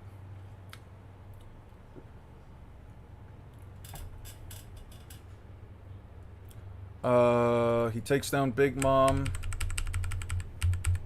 He does the thing right there. Yeah, okay, right here. I'll teach you all that I can teach you of Rio, or what you call hockey, is that which covers the outside. Stop talking or you'll die. It can be used for defense like armor, or it can be converted to offense to use to great effect. But when you go one level beyond that, the hockey you wield can penetrate the enemy's interiors and destroy them from the inside out, thus making it much more powerful. Yeah, so if I have no chakra in the brain for you to reroute, you have no means by which to manipulate my perception. That's my only point. Well, you would have no chakra to manipulate not only your perception, but literally all your 5 senses. Yeah. Genjutsu works by manipulating the chakra within the cranial nerves, so thereby it affects the 5 senses. All the 5 senses work through the brain. All of them eventually reach the brain. That's how you're able to tell how things feel, touch, etc. All the 5 senses come back to the brain. That's how you're also able to know when something is hot, when something tastes good, when something tastes bad, etc. All of that still goes to the brain. So yes, I guess we're both in agreement. We're just agreeing in different ways about it, but either way, doesn't matter. It's just pedantic garbage. At the end of the day, we don't have to go in a back and forth about it. Regardless, yeah. This is the most long-winded way for you to find out we don't disagree. Yeah, I agree. I'm confused on this discussion. Don't worry about it. Ignore it. Genjutsu ain't got nothing on Naruto versus Luffy anyway. Yeah, exactly. Genjutsu's meaningless. But yeah, guys, I'm gonna step out. I gotta go eat something. Oh, let's finish this fuck-ass video. Yeah. And would give him the upper hand in getting some damage in. Hashirama would also be able to incapacitate Whitebeard with the pollen from Deep Forest Emergence. It would not for the following reason. It would not for the following reason, which I will be presenting to you all right here and now. 4th Great Shinobi War. Oh wait, no. It would be in the... Wait, would it be... No. Yes, yes, no, yes, yeah, aha, wait. When does Hashirama cover them all in fire? They transform, they do the thing. Okay. One memento. It would be in part 2. Right here. Madara uses the flowers. Madara summons the flowers. The pollen is getting to him. Pitiful sage. Not just Deepwood Forest, but Forest Bloom as well. There's no shinobi who could take blah, blah, blah, blah. In fact, the power is as strong as the legends say. Beware of that pollen. Don't inhale it. Because the pollen's supposed to help you fall asleep. And this is what's happening to all of them. Now they're all falling asleep inside of this. So then Inoki essentially goes through the Will of Stone and simply gets up through sheer willpower alone and wipes out the rest of the trees, including the pollen. Pitiful looking like that. You dance well. There he is. Too shallow. Yep. The first Hokage. That's why he's able to perform wood style. Fusion of the ultimate weapon. No one can stop my strongest piece. Yeah. You can stop it through wood style, so no, that's not inherent. And Whitebeard could resist his effects, but it would be another obstacle for him to deal with. But overall, I think in a fight, base to base, it could go back and forth. But Hashirama having the superior AP, durability, stamina. Yeah, the deity gates could definitely suppress Whitebeard's will. I will agree on that. The deity gates could 100% suppress Whitebeard's will. Would be able to outlast Whitebeard, and when he enters Sage mode, all his stats would increase, making him faster, stronger, increase. Could you use Rio to stage Rai in the rain? Do you take into account the personality of character? For example, the fact that either Luffy nor Naruto would want to kill their opponent? Yeah, I would just have to argue that they're just going to try to incapacitate each other, which I would easily argue that Luffy could over Naruto. As far as bloodlusted go, I do go into a bloodlusted scene, and it's like, it doesn't matter if Naruto's bloodlusted, like, who gives a shit? If Luffy's bloodlusted, he's 100% speed blitzing. Like, if Luffy's bloodlusted, let me show you guys. Gear 5 Luffy about to punch Lucci. Let me show you something. If Luffy versus Naruto happens, this is literally, and you tell me to do it in a bloodlusted manner, this happens. 100%. 10 times out of 10. There is no reason for me to engage with anything else. I have no reason to engage with any kind of other argument. This is how fast I think Luffy is punching Naruto in the face, and if it's bloodlusted, this is essentially a Haki-infused internal destruction punch straight to the face that destroys Naruto's brain and kills him in an instant. I don't have anything else I need to argue. Naruto has to fight in Kurama Avatar, or he might be cooked. I looked up internal destruction in Haki. It's not looking good for Naruto. Okay, yeah, no, yeah. Luffy is a different beast, I agree. Just want to know. Yeah, I'm taking into consideration. I actually have a TikTok video, I believe, with this scene edited for Naruto. I was actually planning on editing it myself. I was actually planning on doing it myself. Some power scalers don't.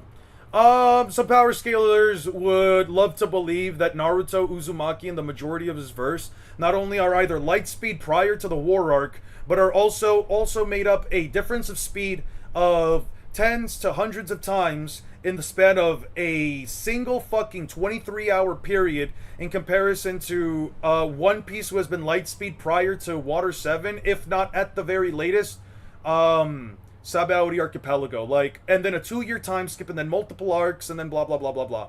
I forgot how garbage Edo Madara is. Yeah. Sensory capabilities. Edo Madara is mountain level. There is no ifs, ands, or buts about that. So I think a combination of Hashirama using the Thousand Arm Buddha, the Bringer of... Yeah. Madara does not have the most impressive durability feats. Madara surely does not have the most impressive durability feats, in my opinion. Yeah.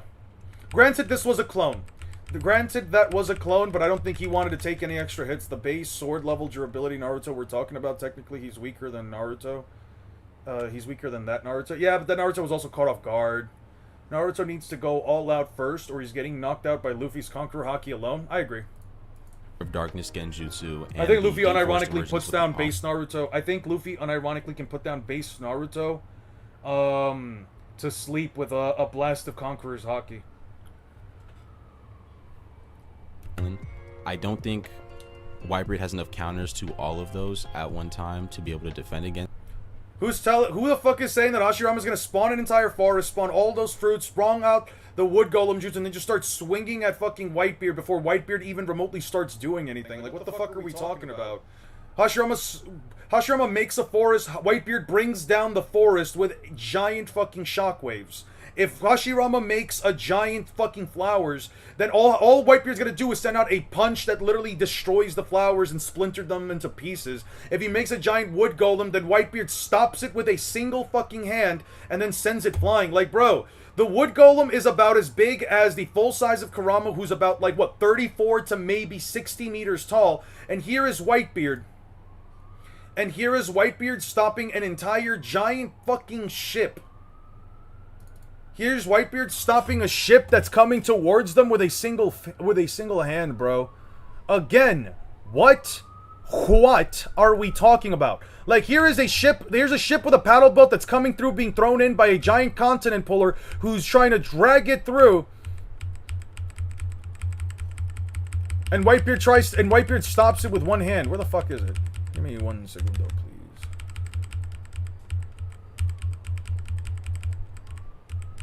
When does Squad make up for the whole thing?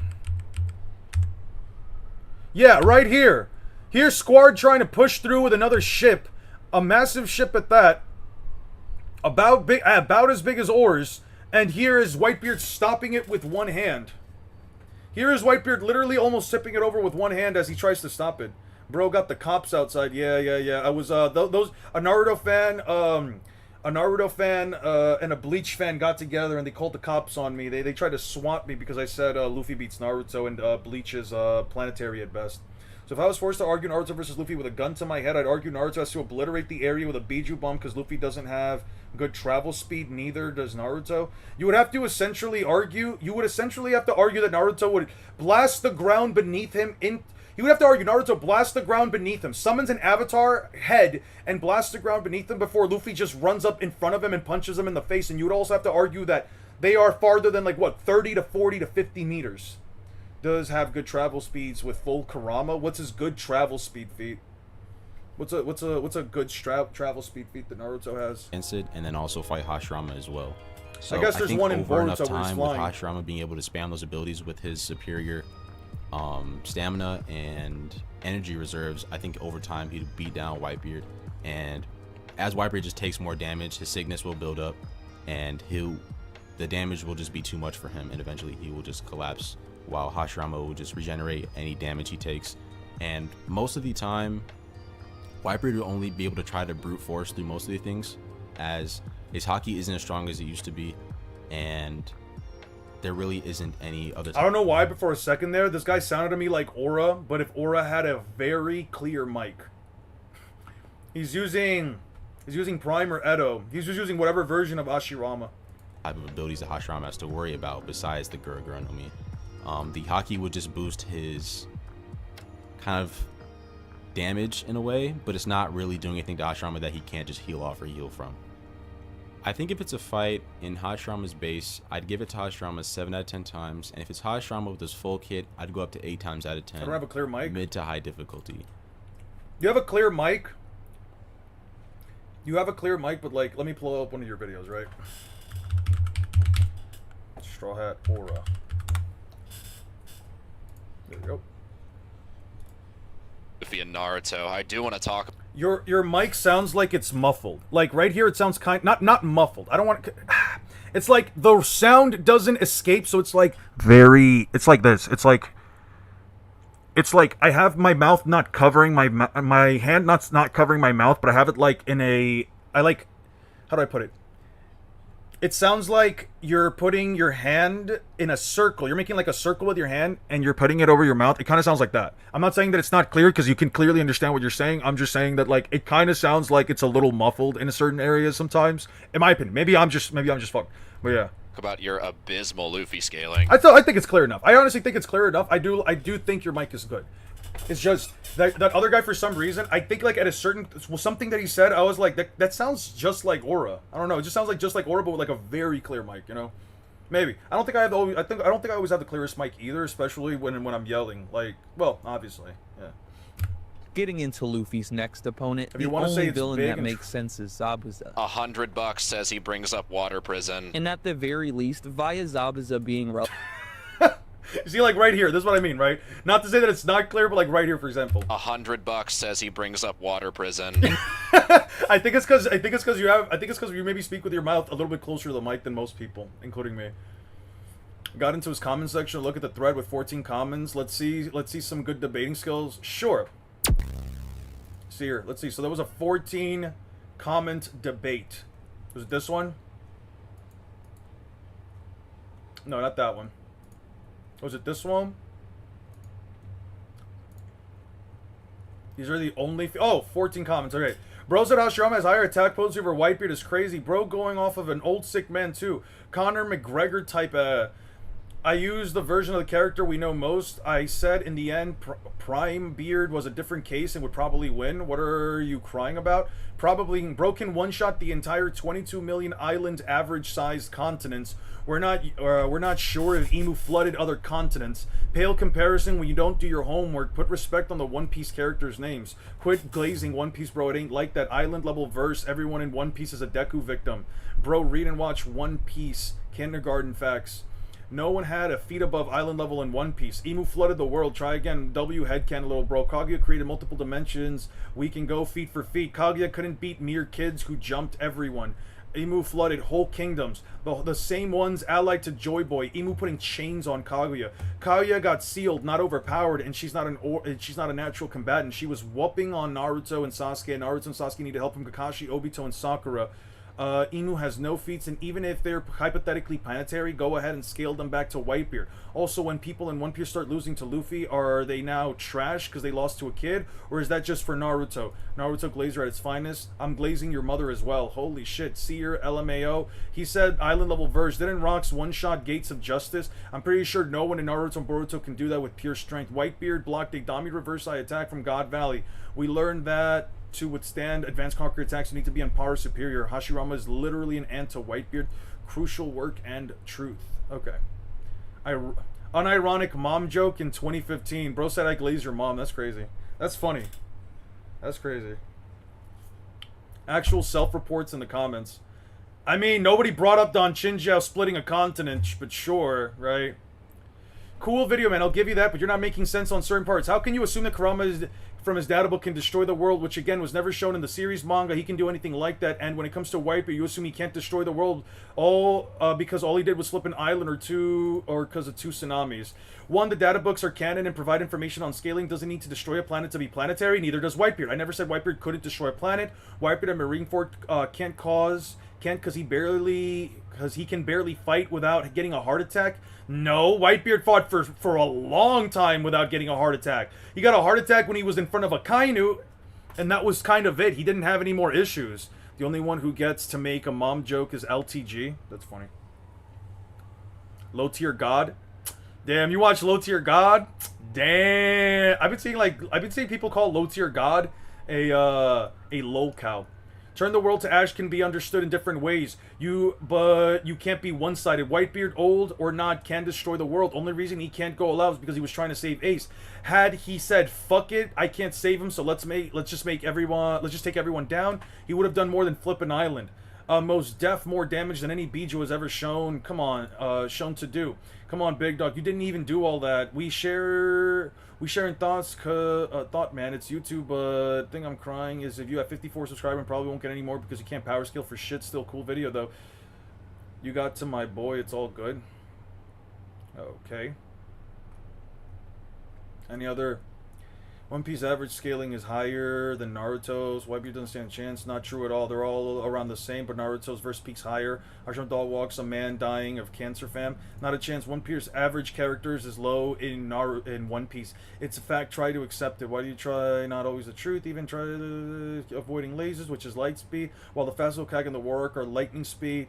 And you know the difference between lightning and light. When Madara is slicing a mountain in Susanoo and summons meteors, ninjas accept a few lost hope, while Dressrosa Zoro can cut bigger thing, which is not as half as strong as Egghead version. That means every Yonko commander can do that. Just try to understand, man. Average One Piece characters are a lot stronger than average Naruto characters. Naruto and Sasuke reacted to light in part 1. No, they did not. Minato and Raikage are light speed. Debatable. They're never stated to be lightning speed. And let me understand something. You're comparing Zoro to random ninja fodder. Alright, so Sasuke is stronger than Marines at Marine Roar who are scared because the ground was tilting. Now Naruto characters are on average scale higher than One Piece characters. Your logic makes zero sense since you don't read Naruto or anything like that. Do research on both series before saying stupid things. Okay.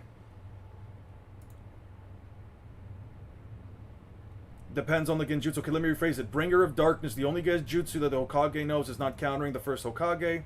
I would for a while, but not long enough that would be superior, impressive observation hockey skills. True, but he doesn't need to. Even in mid-training was already dodging his attacks blindfolded.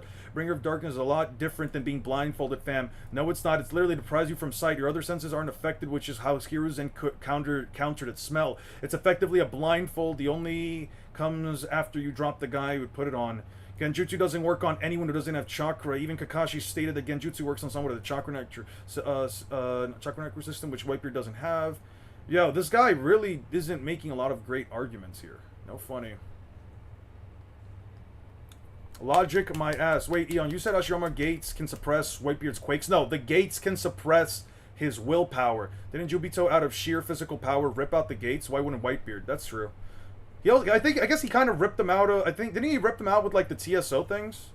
Didn't he rip them out with like TSO? Brittany Renner claps back at Myron Gaines and gets cooked.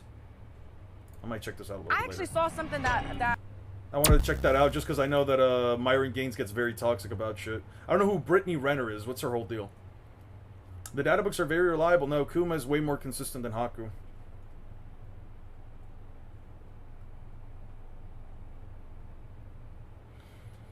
Okay, let me explain the One Piece Lightspeed meta real quick. Naruto and Sasuke, when they fight Haku, Haku's getting consistently weaker, which is stated and shown to us because he has to have a chakra. Because his attacks are not only getting weaker according to Sasuke, but his ice mirrors are also stated by him to also be expending his chakra. So he likely shouldn't be capable of moving as fast as he should consistently be capable of while at top speed. Not to mention, Haku is the only character within the context of the series to have a jutsu like the ice mirrors, which has a statement from the data books that says he's able to travel at light speed. Under the assumption that Naruto and Sasuke have relativistic or even light speed reaction time would mean that they would be faster in terms of reaction time than the literal fastest shinobi in the world.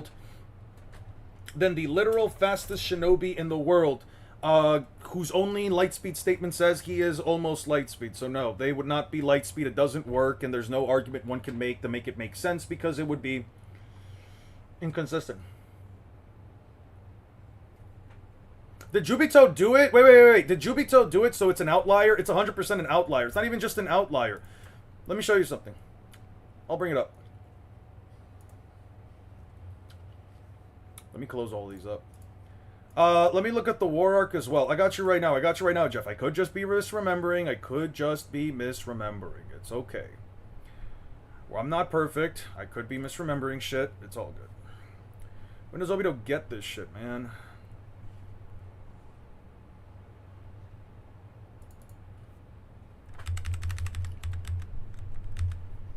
Oh, yeah. Oh, yeah, he was just acting out of sheer instinct, right? You could argue it's because of those black flames, but I guess.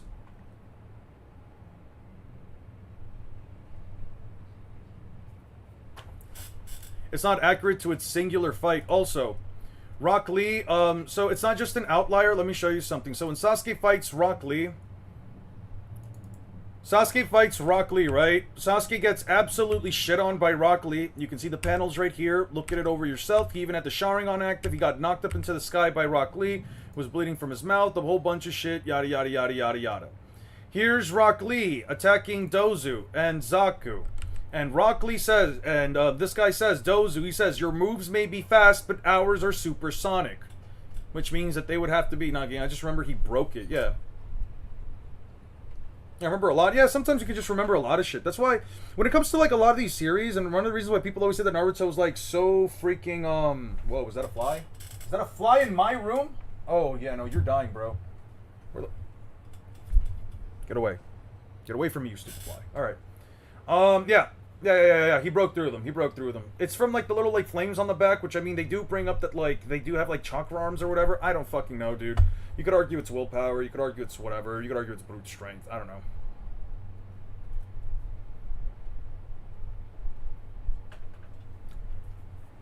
Kill all flies? I agree. Fuck flies. Anyway, guys, I'm done. I'm done for the day. I hope you guys have a wonderful rest of your day. I hope you guys take care of yourselves. Please eat some food. Please drink some water. Treat others with kindness. And as always, I will catch you guys all later. Peace out. Yeah, I don't like flies. If I could kill all flies and mosquitoes, I would be perfectly fine with it. Fuck what it would do to the environment. Send me the scans. Appreciate it. Have a good one, guys. Peace out.